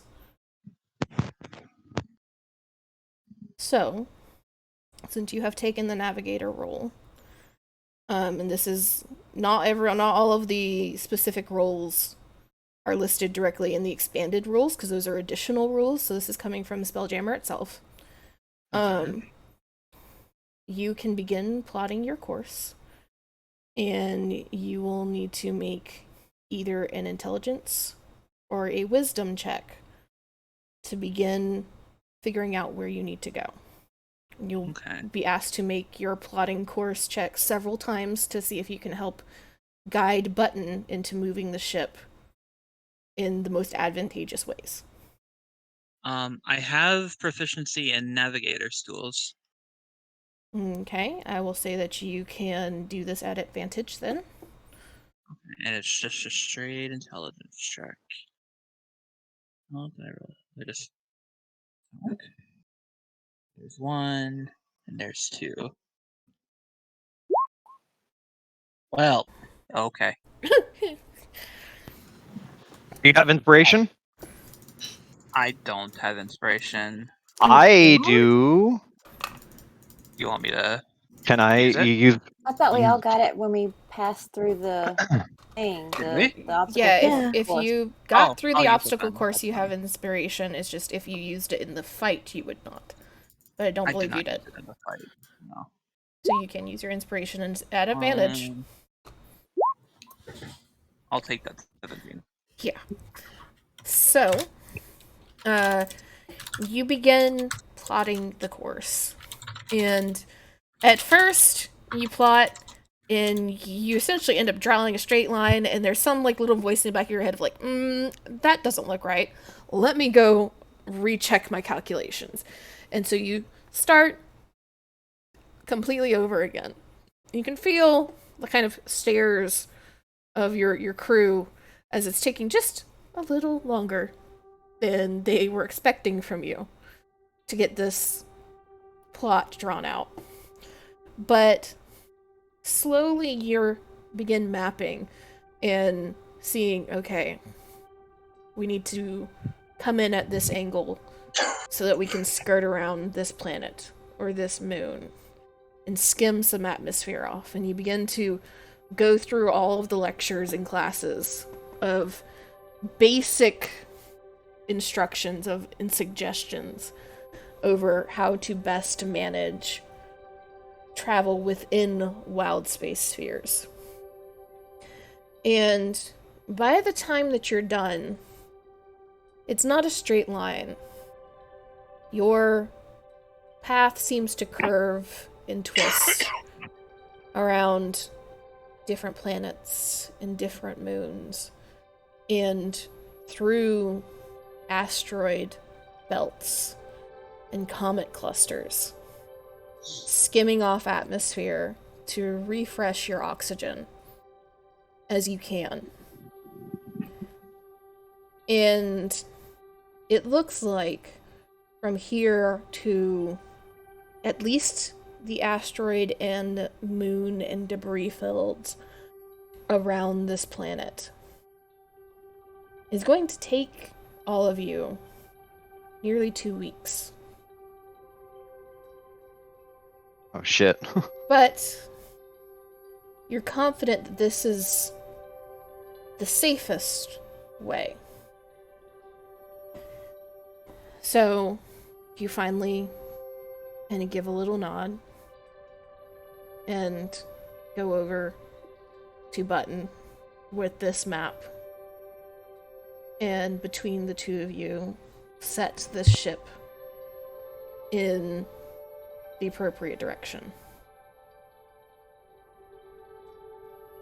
And though you all have now heard that this is going to be a long trip, there's this moment where you all set out to do your jobs.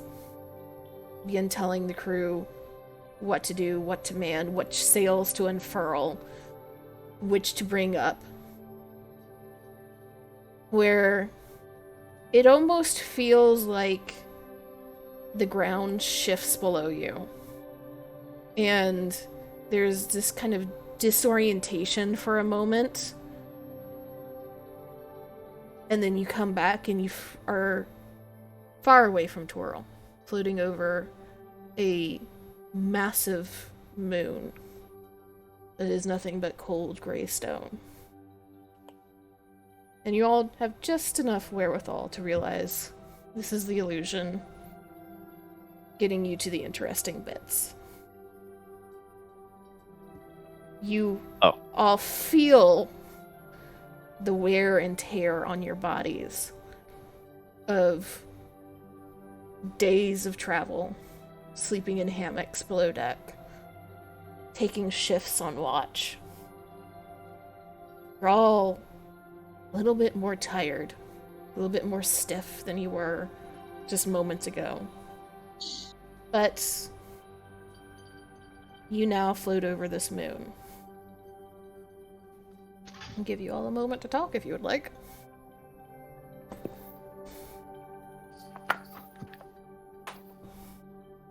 So we instantly teleported. We didn't actually go through 2 weeks.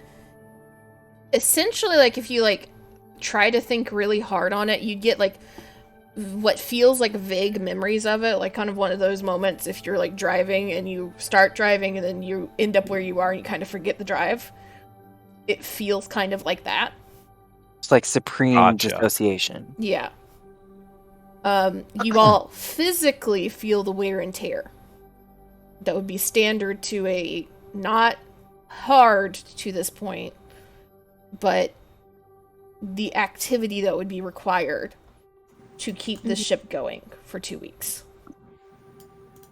Right. But you did not actually have to live through the 2 weeks in the illusion by itself. Okay.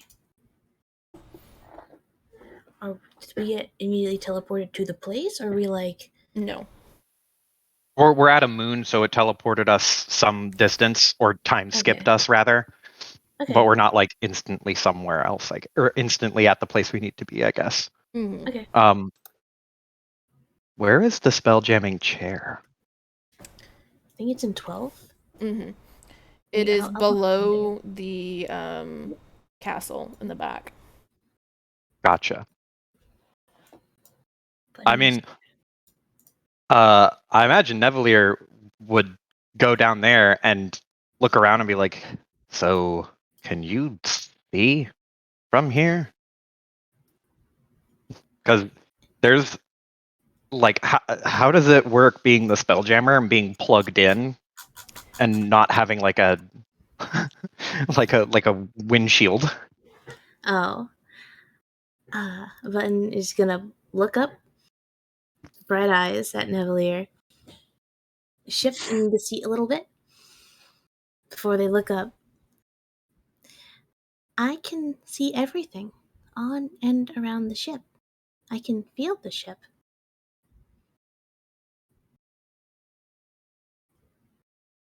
Really? Everything from just right here. Yes. I can He- feel everyone's footsteps. I can see everything around the ship. I can kind of feel everything around the ship. Nevelier will like rub a hand on his chin, and he'll like quizzically say, "Okay, where is Techway?" Blink. Uh Techway is... Oh, sorry, go ahead. oh, no, go for it. I thought that was to me, but I see what's happening now. Is your token accurate? I think so. Okay. What's that called? Ballista? Mm-hmm. Yes. Okay. Techway is pacing approximately to the left of the ballista. Nevelier rubs his chin a little bit again and just goes, "Which ballista?" There is only one. And he smiles. He like, you passed his fucking test.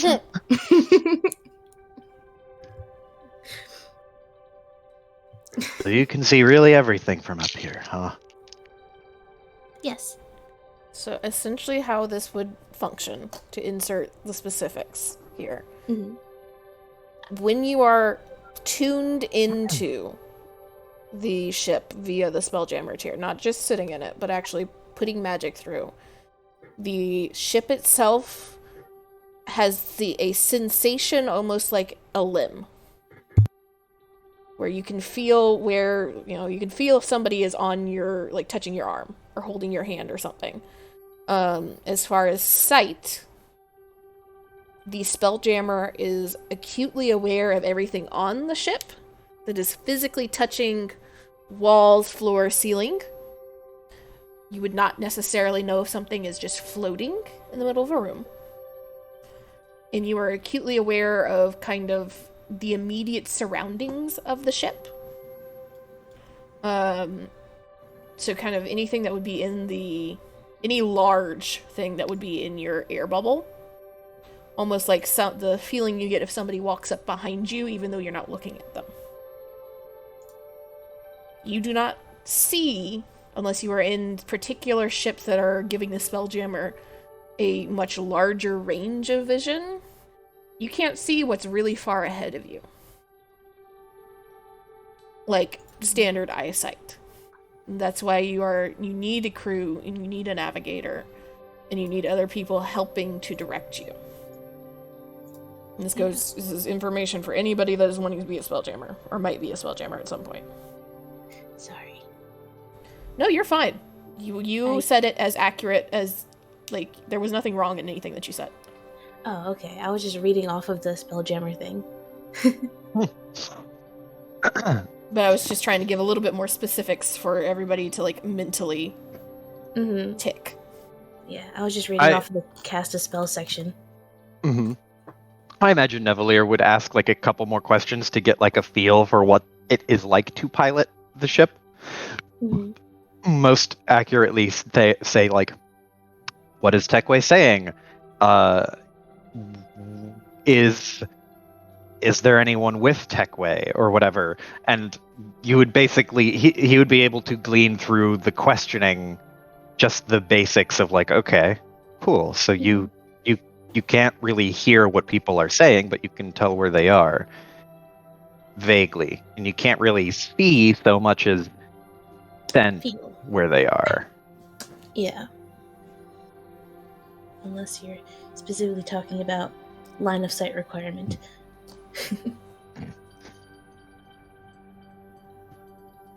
No, that's basically it. He does a couple of quizzical things like that, and it just seems like really, like, it's like a weird misbegotten sense of pride, where he's like, yeah, look at Button go.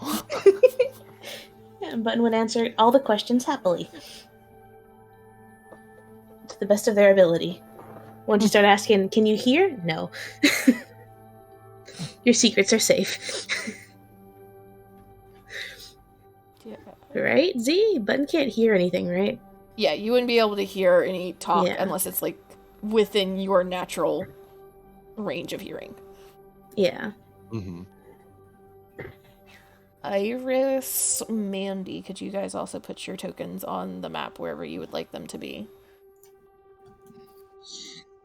Where would most of the crew, I guess, they would be the fore aft, just manning the weapons area? Yeah, they would be manning weapons and manning sails and stuff, so they would be primarily on the main deck at various points. Okay. Chart lady is in chart room. Chart lady is in chart room.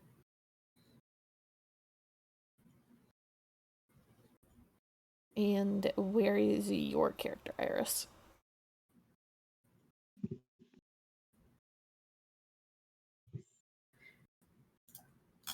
Sorry, was muted.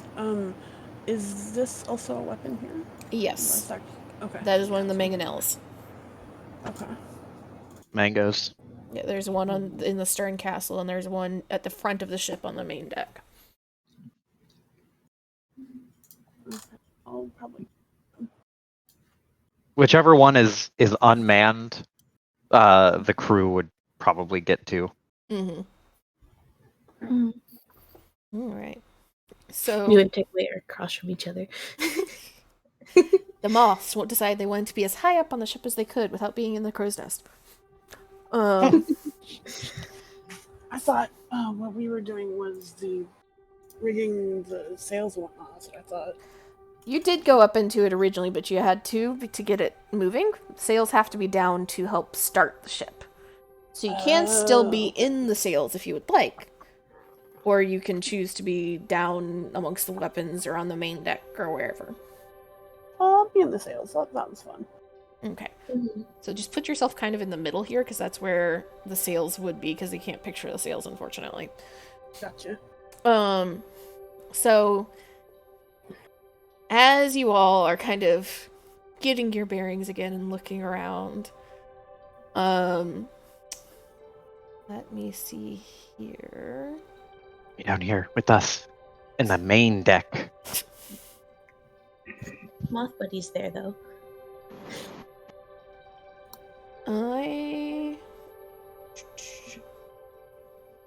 What is this saying?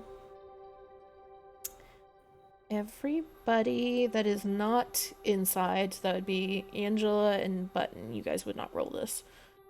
But everybody else can roll survival checks for me.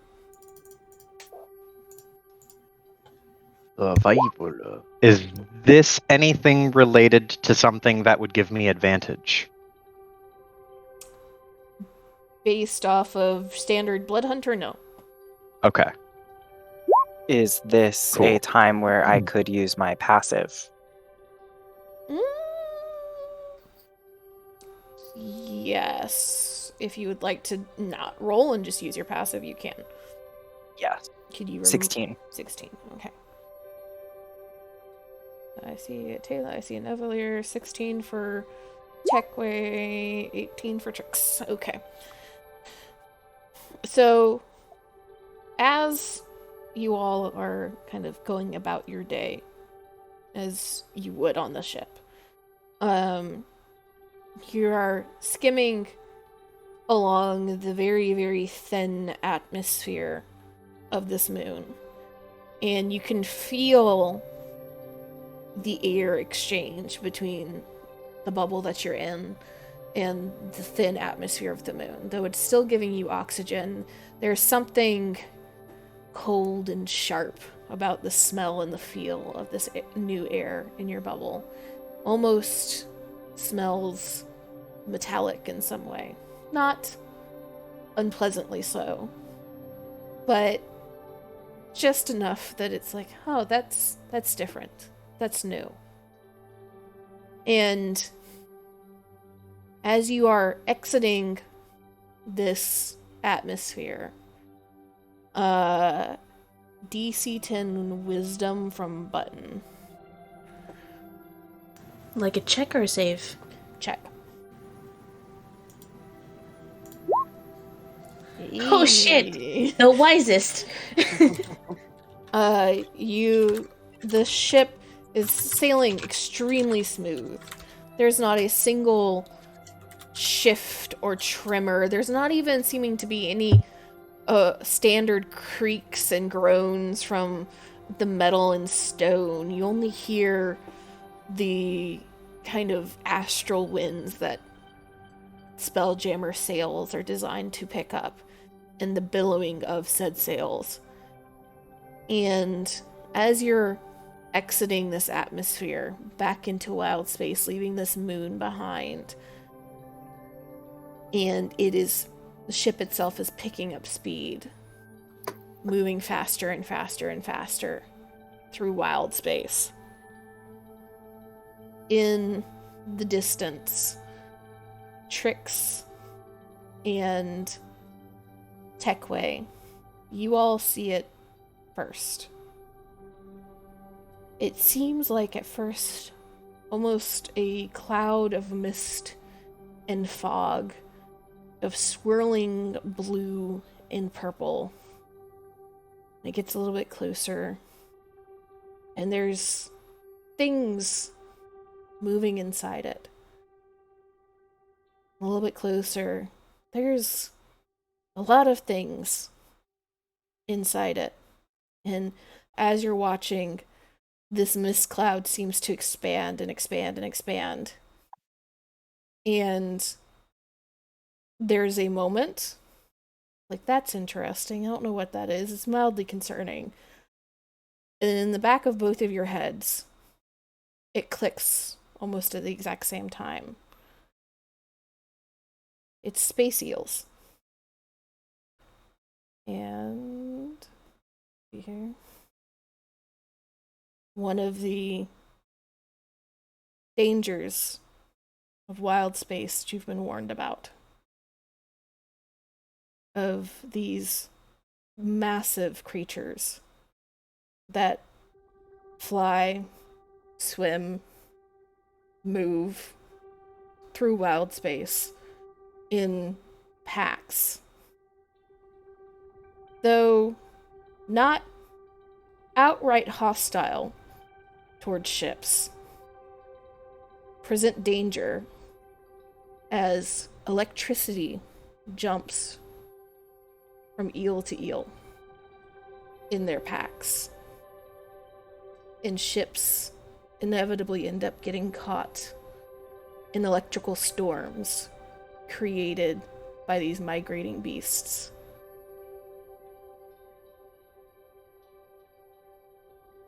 And you realize, the two of you,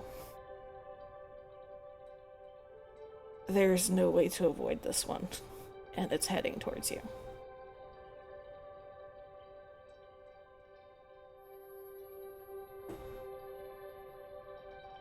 So only two recognize this? The rest, everybody else would at this point probably be able to see the mists. But the two of you in your positions are able to see what's inside them. Well, then I'm gonna telepathically Yeah. be I like, was we thinking got the same eels. thing. Yeah. Send out the warning to the people below. Eels? Though, okay, well, I mean, if they're... Let's see, what's the range on any of these fucking weapons? We got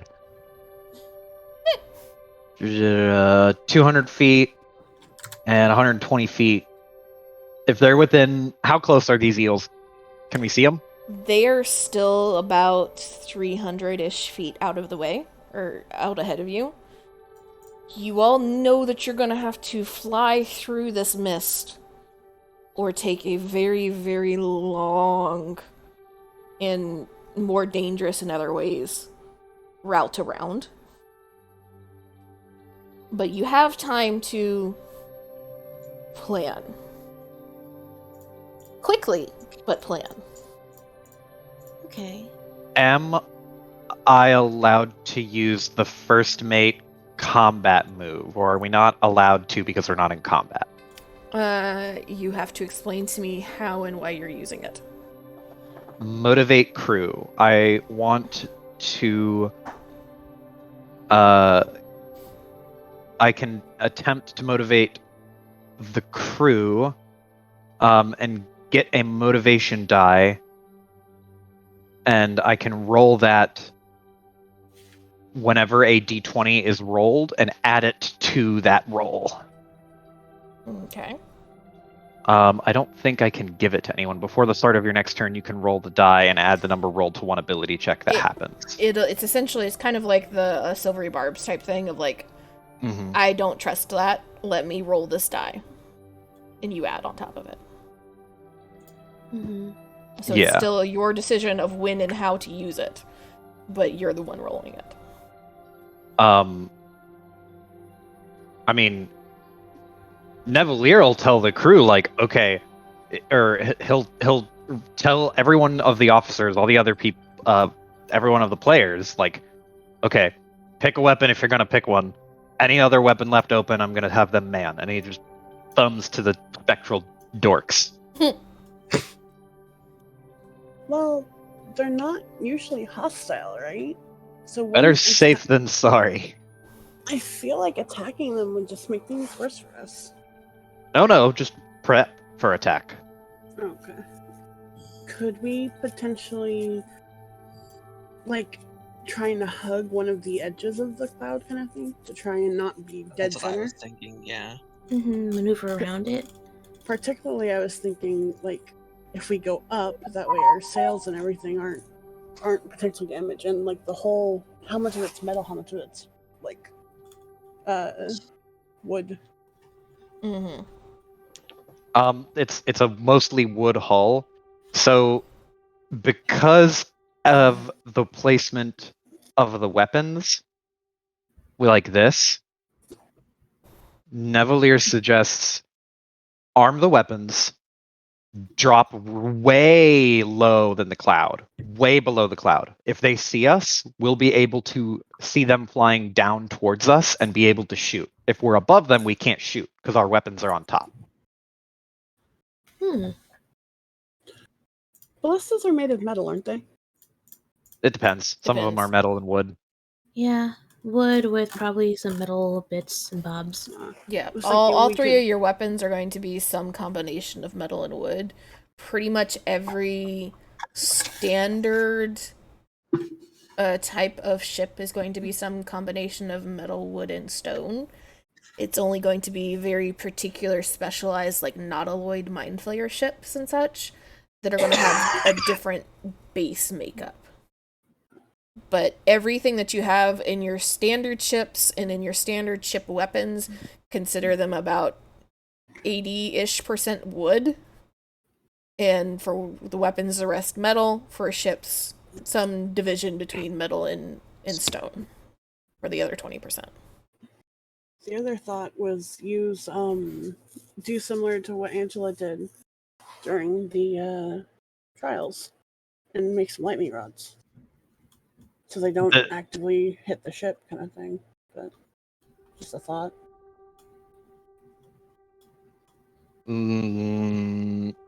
That would be if they shoot lightning. It wouldn't do Well- anything if they're just gonna bite us. Well, they don't actively attack us, that's a thing. And they passively like shoot lightning between them, right? That's the Yeah. like it's just a passive, essentially. You all would know that the standard concern with space eels is the electricity that naturally jumps between and amongst the eels as they're flying.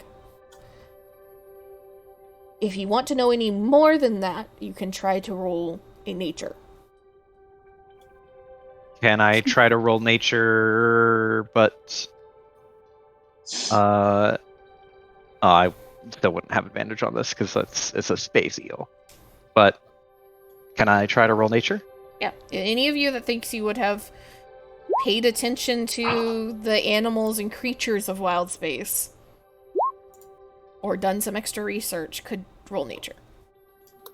Okay. I will do that. So Taylor, no, just from. I will say you can roll nature at advantage. Oh, goody.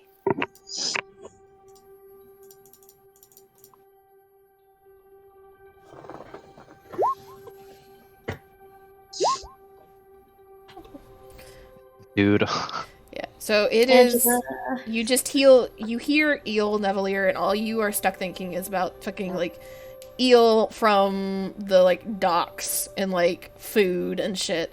You don't know anything about space eels. You're almost blinking on even the fact that there are space eels. That was one of the lectures that you started to fall asleep in. Taylor, you know of them, but you've never encountered them. So it just... You have nothing specific other than what you've picked up in passing. Similarly, Button, you were writing down other notes as the discussion of space eels was happening.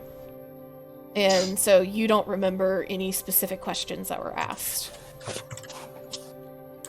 Angela, you did do some extra reading on space eels after they were mentioned at one point. And you remember that generally, space eels are not aggressive unless they feel like somebody has attacked them first or are directly threatening them or encroaching on territory, and that's usually relegated to nesting eels. The general eels that you see out in pods, in packs, in groups, in wild space, are generally just flying from one spot to another in search of food, which they eat certain types of chemicals and minerals that free float in wild space. They have been known to sometimes attack ships, but everything always seems to be a matter of the ship started it.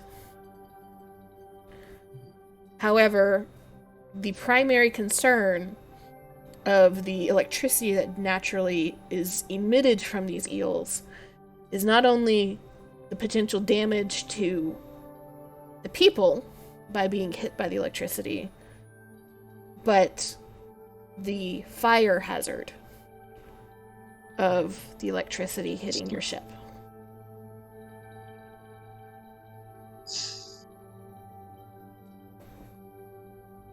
If we remain unthreatening, we should be fine.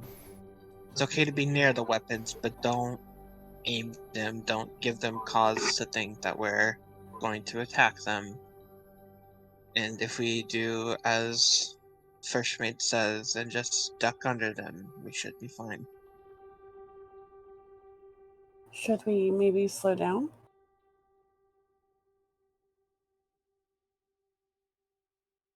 No, I don't think that's going to be an issue. I think going about our business or feeling as if we're going about our business is the correct play to make here. They don't bother us, we don't bother them. It's as simple as that.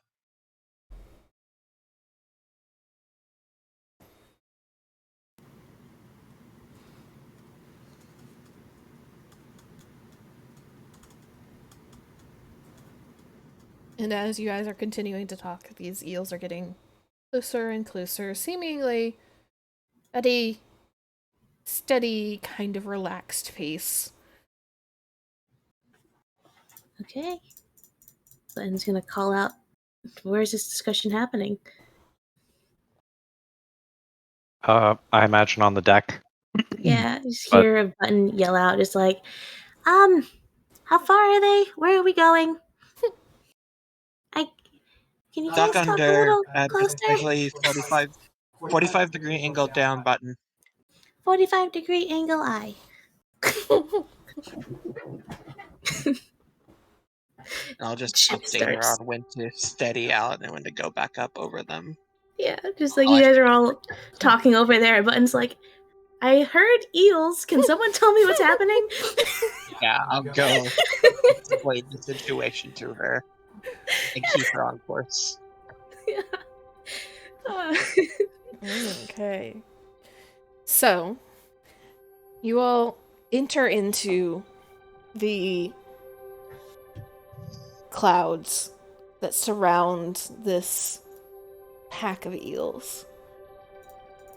And none of you have ever been this close to these things before. None of you have ever been close to anything like them before. These are massive creatures. Some of them, the oldest among them, are a good third of the length of your ship. And flying around the largest, you see incredibly tiny ones that are only a little bit smaller than any of you. The hatchlings. The youngest. And you can see just these massive arcs of pale blue lightning and electricity jumping between all of these creatures. seemingly at random as they are flying around. You all go diving towards the lower parts of the clouds, and that takes you far away from the largest that seem to fly towards the center of this pack. And you're surrounded by more that are, say, roughly horse-sized. And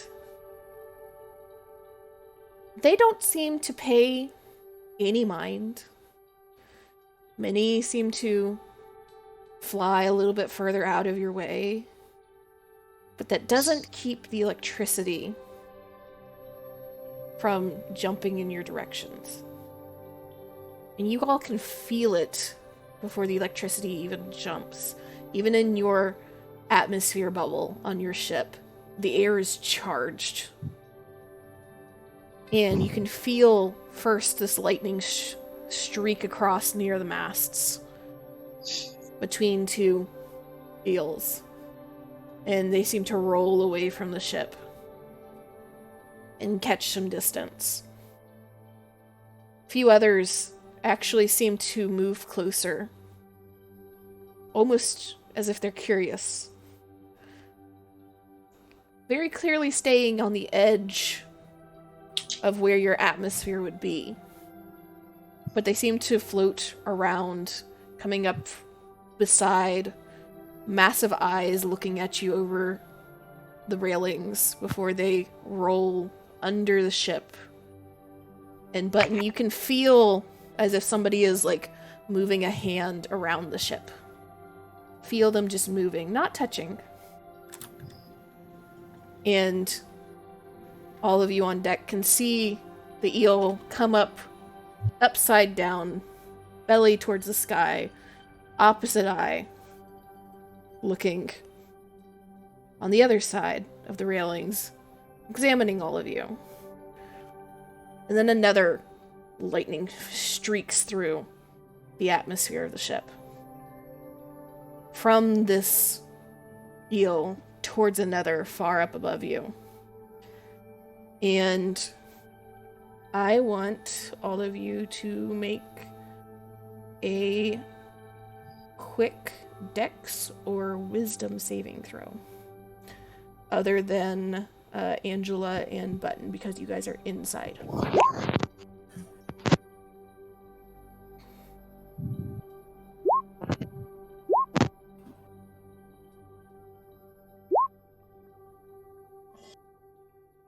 Oof.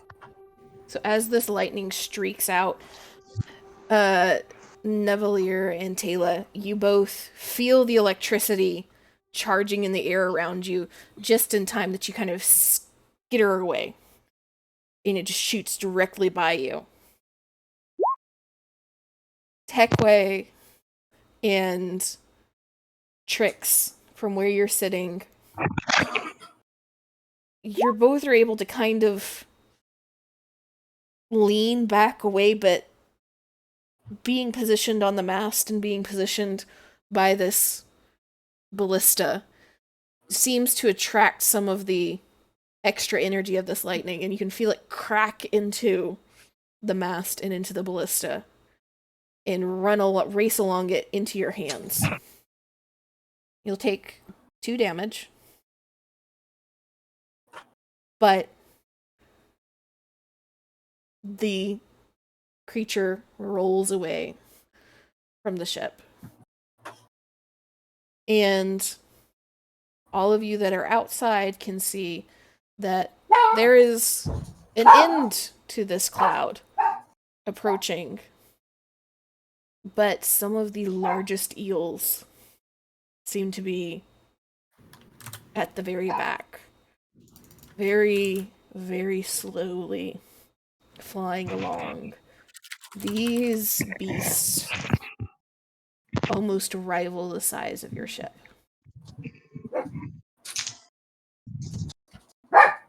Angela and Button. Angela, first, I want you to make your plotting course check. Okay.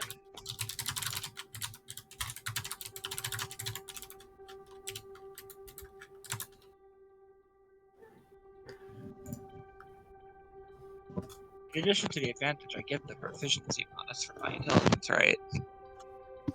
I'm sorry, what? I also get the proficiency from my tools, right? Not just the advantage. Yes. So it's 7. 17, you said? Yeah. Okay. So, you kind of peek out from the spelljamming helm room to kind of view what's coming out now that you hear that there's been a little bit of chaos on the deck as people have kind of tried to skitter away from electricity that's arced out. And you see these massive creatures ahead, and where there is random lightning strikes between the smaller ones, there is electrical storms surrounding these.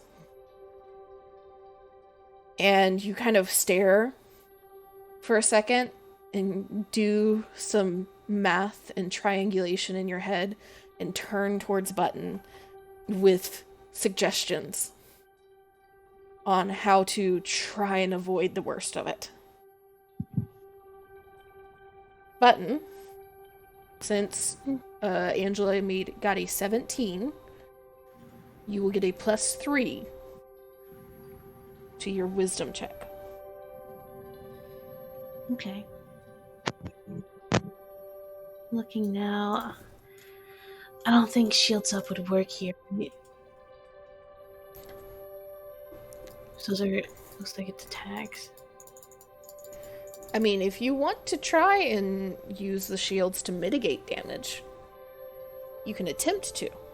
It will be eating a spell slot. Yeah. Those are big ass eels, though, right? Mm-hmm. I mean, you got So- 3 slots. Yeah. Yeah, no. Button.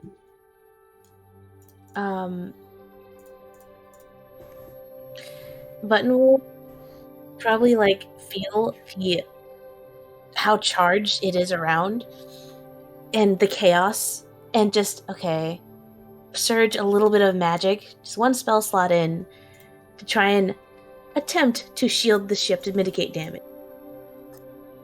Okay. So you can do that, and go ahead and make me a wisdom check. +3. Oh, You have inspiration. inspiration! I'd like to use my inspiration. Okay. At advantage. Whew. Okay. 23. 23. So you take Angela's advice in the navigation and bank the ship hard towards one side. And all the rest of you, even though you are sticking to the deck by virtue of the gravity of this ship, you all can feel the pull as this ship turns. And you know that if you were not attached to the ship essentially by standing on it or holding on to it, you would have been thrown off by how hard this turn is. And as the ship turns and rotates to try and avoid the worst of the storm in the closest eel, a energy. What color is your magic, Button? A tan. This tan, very light tan energy just seems to envelop the ship almost immediately. And it is tingling and charging along your skin, even for those of you that are not magically connected, per se. You can feel the magic jumping along your skin as Button raises the shields. And you manage to guide the ship through this storm. First, a lightning bolt arcing just along the side, almost skittering along the longest board on the side of the ship. Another one dancing across the deck, but seeming to avoid everybody that is there. A third With that, Trix, you end up swinging yourself out with a rope to avoid, as it comes a little too close to the crow's nest for comfort. But you slide down into the safety of the mast and the sails. And let's see, what is the AC here? Okay. Though all of you can kind of smell a little bit of scorch on portions of the ship, and Button, for you, it feels much like you kind of reach over a pot of steam a little too quickly. Mm-hmm. No fire ignites. And the ship is only very, very lightly damaged. Easily enough to fix via mending or something along those lines. And Angela's navigation took you out at such an angle that you avoided flying between the largest eels. And you all exit out to the other side of the cloud of eels. And back into the multicolored vastness of wild space beyond. And you all survived the eels remarkably well. Hey, Ooh. Yeah. I imagine Button's shield looks like mycelium. And mycelium. That envelop goes around the ship. Okay. Well, oh, Button that went is gonna... well. Sorry. That's it. He's gonna turn to Angela. Just... how damaged is the ship? I will go ask our bosun for that. Hmm. She'll I can go to re- find Tekwe okay. and... Oh, sorry, go on. I'm sorry, I thought you were done. It's alright. Usually Angela takes a step like, oh.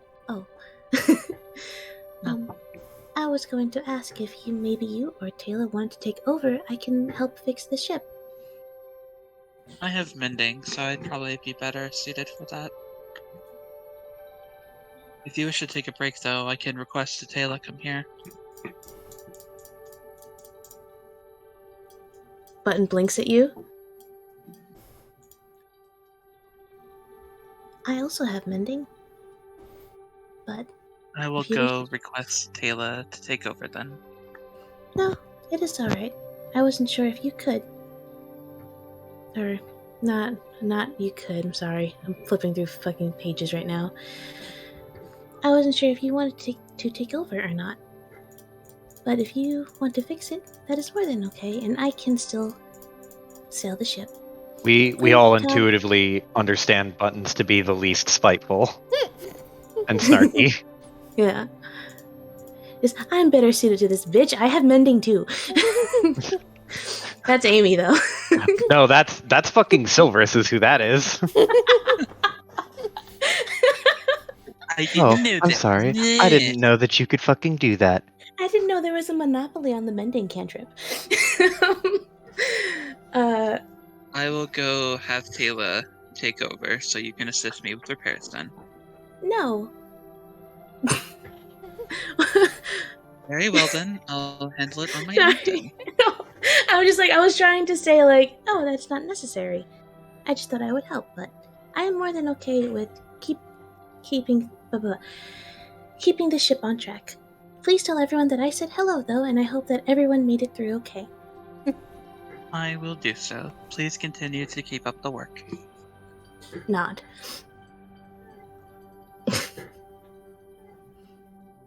I'll go check in on Tekwe and Trix.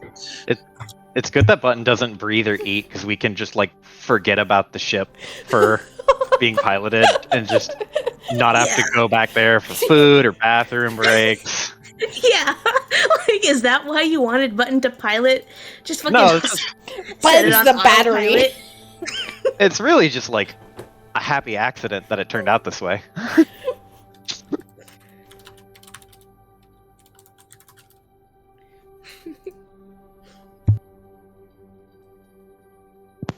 I'll go find the two moths wherever they might be hiding. And how might the ship be currently?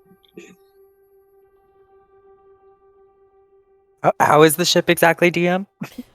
So, as the two of you kind of scatter off different directions to cover as much of the ship as possible, you're essentially climbing down the sides of the ship and across the main decks, trying to find exactly where the electricity hit.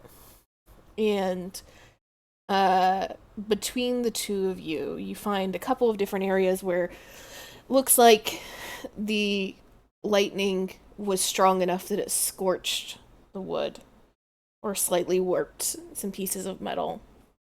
Maybe popped out a couple of screws here and there. In total, like mechanically, there is about 40 points of damage done to the ship. Out And of what- 400. Okay. Yeah, so 10%. So, yeah.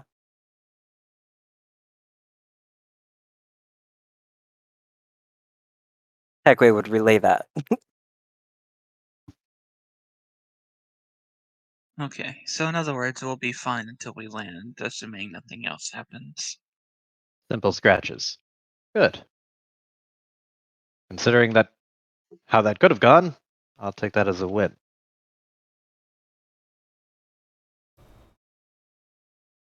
Would you like me to throw a mending at it, or should we wait until Doc? The mask got hit as well, didn't it? Yeah, so that's one of the areas that will have a little bit of scorch damage. Is some of the arms of the mast. The sails themselves seem to be okay for the most part. Maybe a little singed on the edge, but it seems to be more aesthetic than mechanical for the sails. But that is one of the areas where there's a little bit of damage that could be repaired if you so choose. If you can get the mask fixed a little bit, I think that would safe than sorry, at least. Certainly.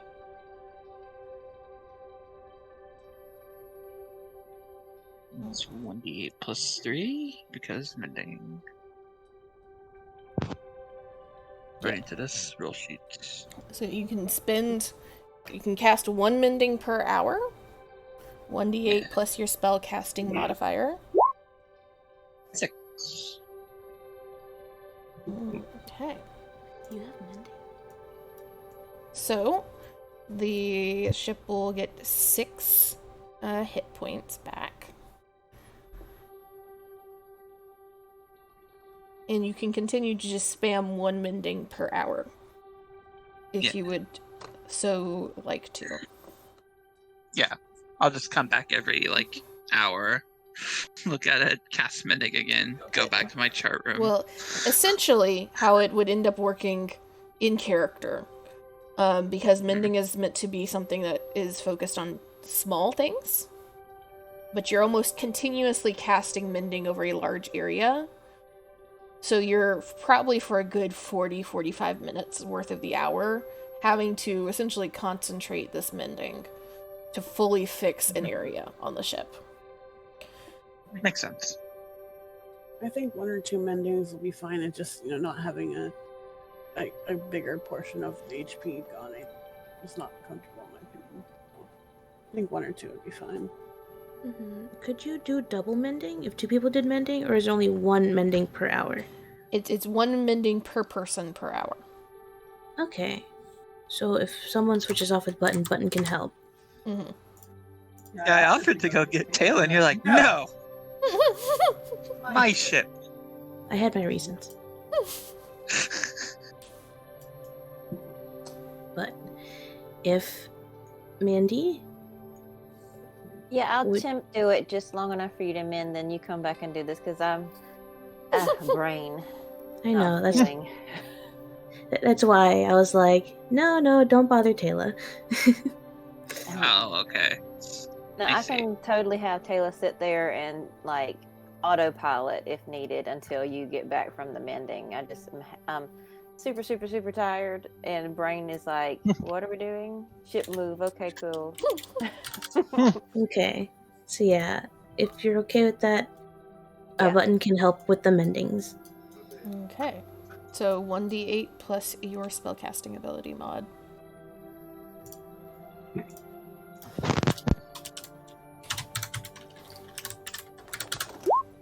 Ten. Okay.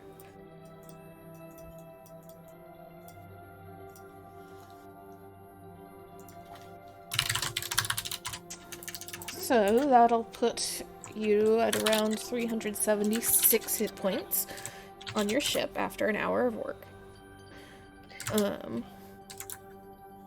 And if both of you would like to do one more mending before the illusion shifts all of you again, it is letting you all sit in this moment of having to repair and work on the ship.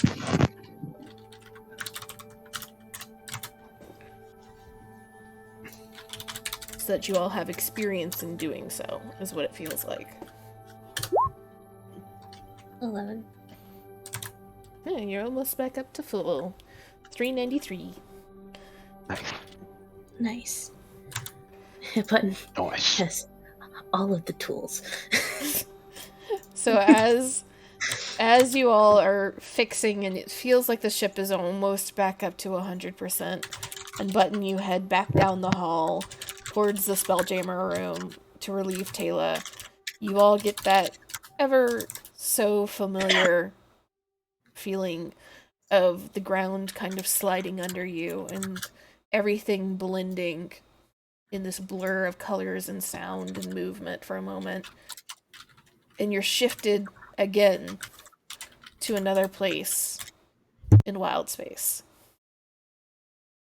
And the ship is moving at full speed. And you see, almost taking up what seems like half the sky ahead of you, is a massive shifting planet of orange and green and purple gases. Pretty.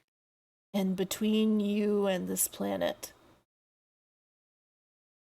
are thousands upon thousands upon thousands of asteroids and comets and pieces of ships and creatures long dead but still organic floating amongst it.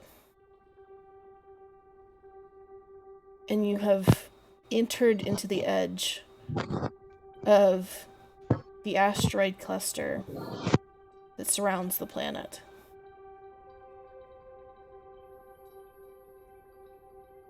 And Angela, you're standing on the deck, kind of taking this all in. And you realize this is the Navigator's Challenge.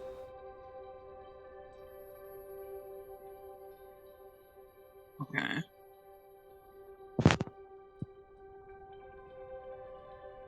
Your job here is no chart is going to help you. You are going to have to, on the fly, essentially, in character, navigate these asteroids by sight and relay it back to Button to Okay. avoid flying into anything that's going to damage your ship.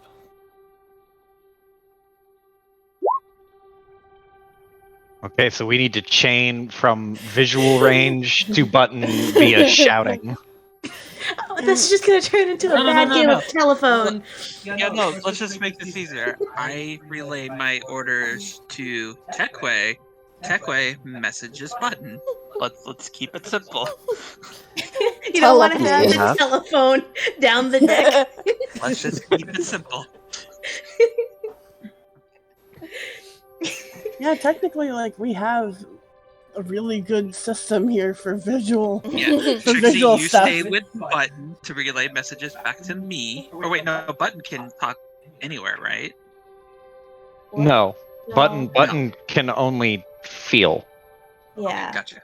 Button so can't hear or speak around the ship. I wish I could have a fucking intercom of "This is your Button speaking." okay, Okay. so Trixie, you stay with Button to relay information to me, and then Techway will relay information to Button that I give him. Taylor is there to help Button. Taylor's gonna have to pick between Button and Angela, unfortunately. Yeah. So who are you gonna help? Who are you gonna guidance? Unless you want to run back and forth. So, would Cardio up. having either or both of the moths help Angela navigate at all? 'Cause Not what we- help her in her roles. It will make it easier and faster to get to Button. If you do, like Piper was suggesting, one of you per, so there's some telepathic back and forth. Well, I was thinking, because essentially we could have positions of sight, the three of us, and Taylor has message, right? So Taylor could stay with Button and use guidance, and then I was kind of hoping because we'd be helping Angela, we'd like lower DC or essentially doing something equivalent to that guidance is kind of the idea.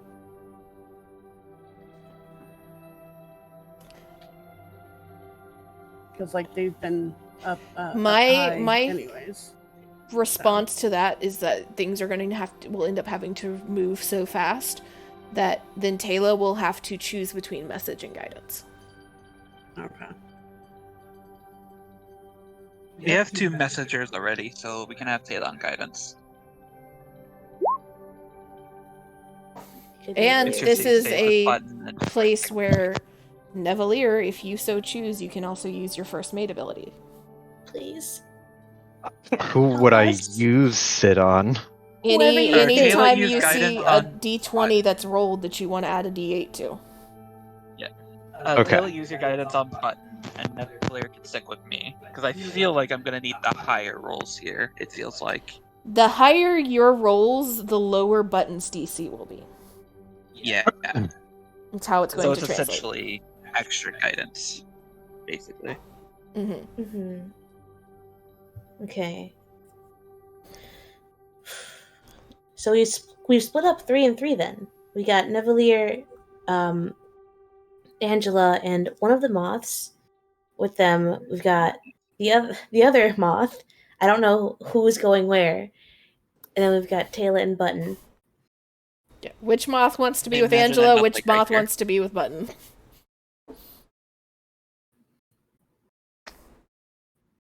Cody? Check with Angela. Cody made his choice silently.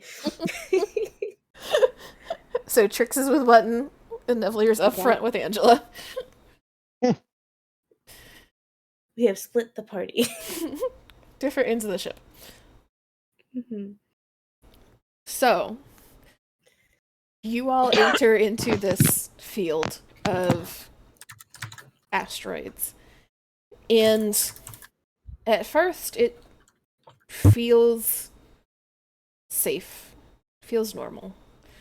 It's tight, but it's not anything that you've not experienced to some extent in the Spelljammer light illusions that you have done in Spelljammer classes. But as you venture further and further into this asteroid field, looking for the area that was marked on your map at the start, there's more and more and more around you. Massive rocks shooting comets, pieces of metal and rock and wood seemingly just floating at random. And there's a moment where it's just overwhelming, the sheer mass of things that you're surrounded by. Like walking into a massive crowd, completely unprepared. And it's just enough time that a asteroid floats up from underneath you, directly in front of the ship. Angela, first check will be an intelligence check.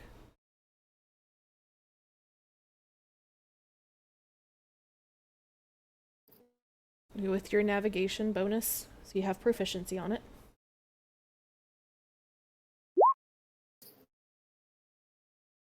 Mm. 4 total. Okay. So, you immediately see this rock, and it's massive, but it's slow moving. And you turn and relay the information to Techway. But you get this quiet voice in the back of your mind of Techway. Are you trying to be as verbatim as possible, Cody? I mean, yeah, I think I would relay almost identically what is told to me. Okay. Yeah. So you relay the message to Button, and Button, you hear the direction that you need to go. And there's no doubt in your mind that Angela's correct, because at the very, very edge of your senses, you do feel like there's something in front of you. And you turn the ship, and everyone kind of has to brace themselves just a little bit as the ship heaves under the movement. And you'll make a wisdom check. Button. Okay. And the ship turns and heaves and skims by this asteroid without even touching it. But almost immediately after, a comet rockets through the air. Not huge, but more than enough to take out a mast if it hits. Angela. What? Oh.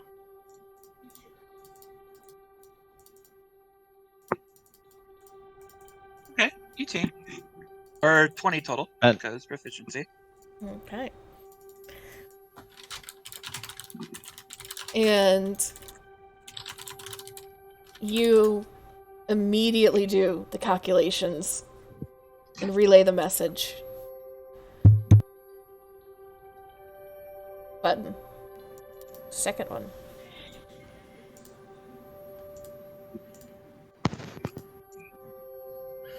Guidance 17. Okay. So, you again hear that quiet voice of Techway in the back of your mind, and Angela, you have sent this ship almost directly down to avoid this comet. And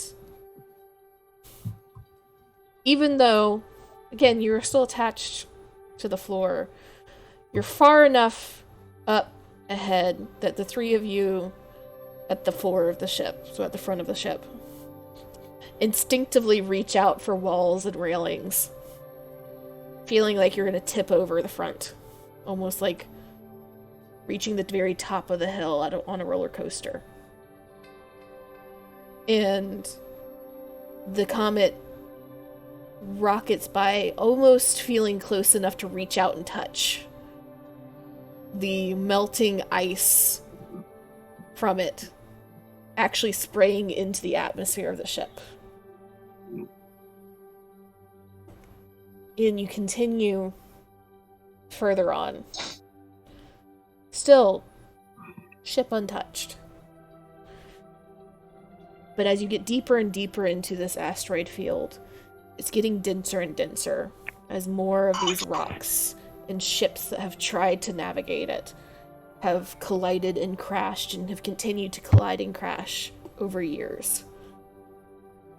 And you're now having to pick your way through at almost a snail's pace. Which, while keeping you from running headlong into things, also means that the reaction time of the ship itself is slowed.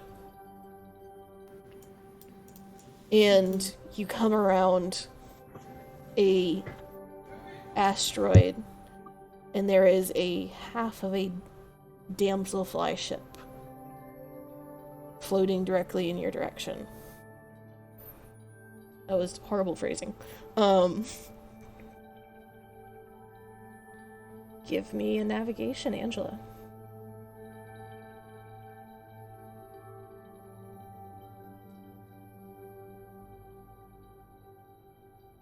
23. Nice. So you see this ship floating directly towards the side of your hammerhead, almost as if to pierce it directly in the middle. Button.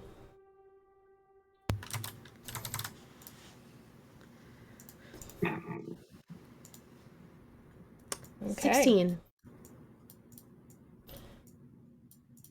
And you roll the ship out of the way. The sails almost going end over end. And those of you at the front that are not in the safety of a room, again, feel like you have gone into a loop of a roller coaster as your mind is trying to wrap itself around all of a sudden being upside down compared to where you were, even though you're still standing on the deck. And you realize that as you're looking out ahead of you, you've entered into a ship graveyard in the center of this asteroid belt.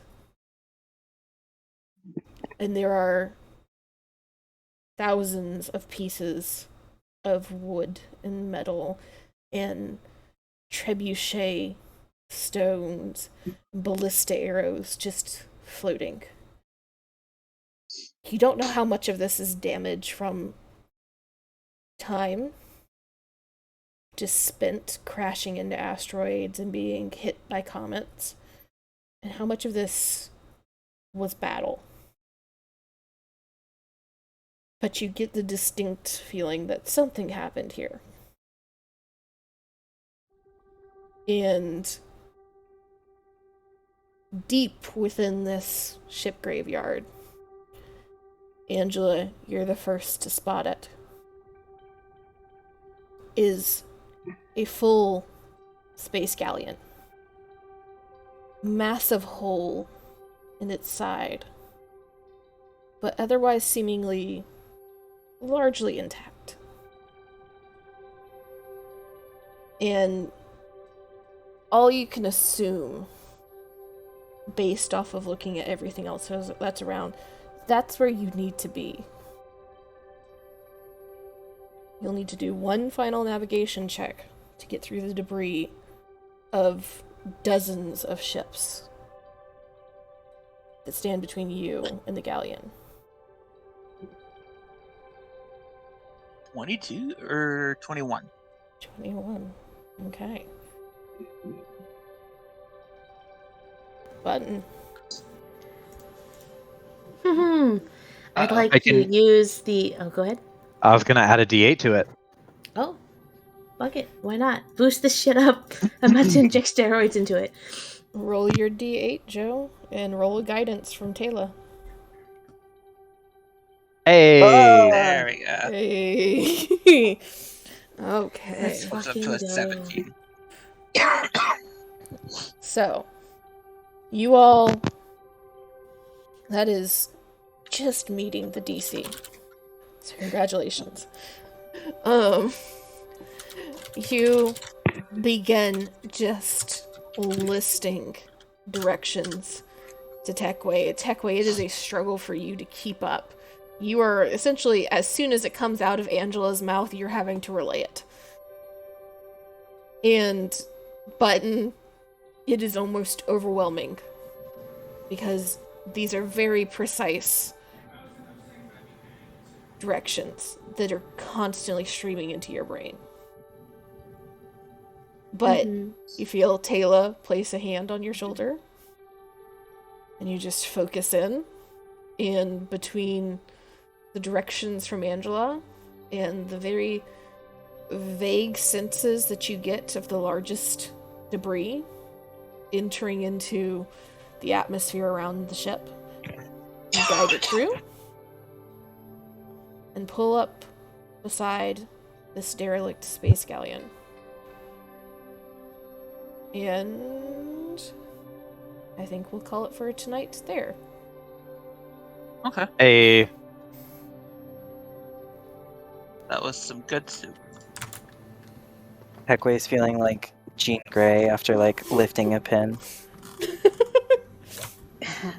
If Button I'm could glad you sweat, laughed.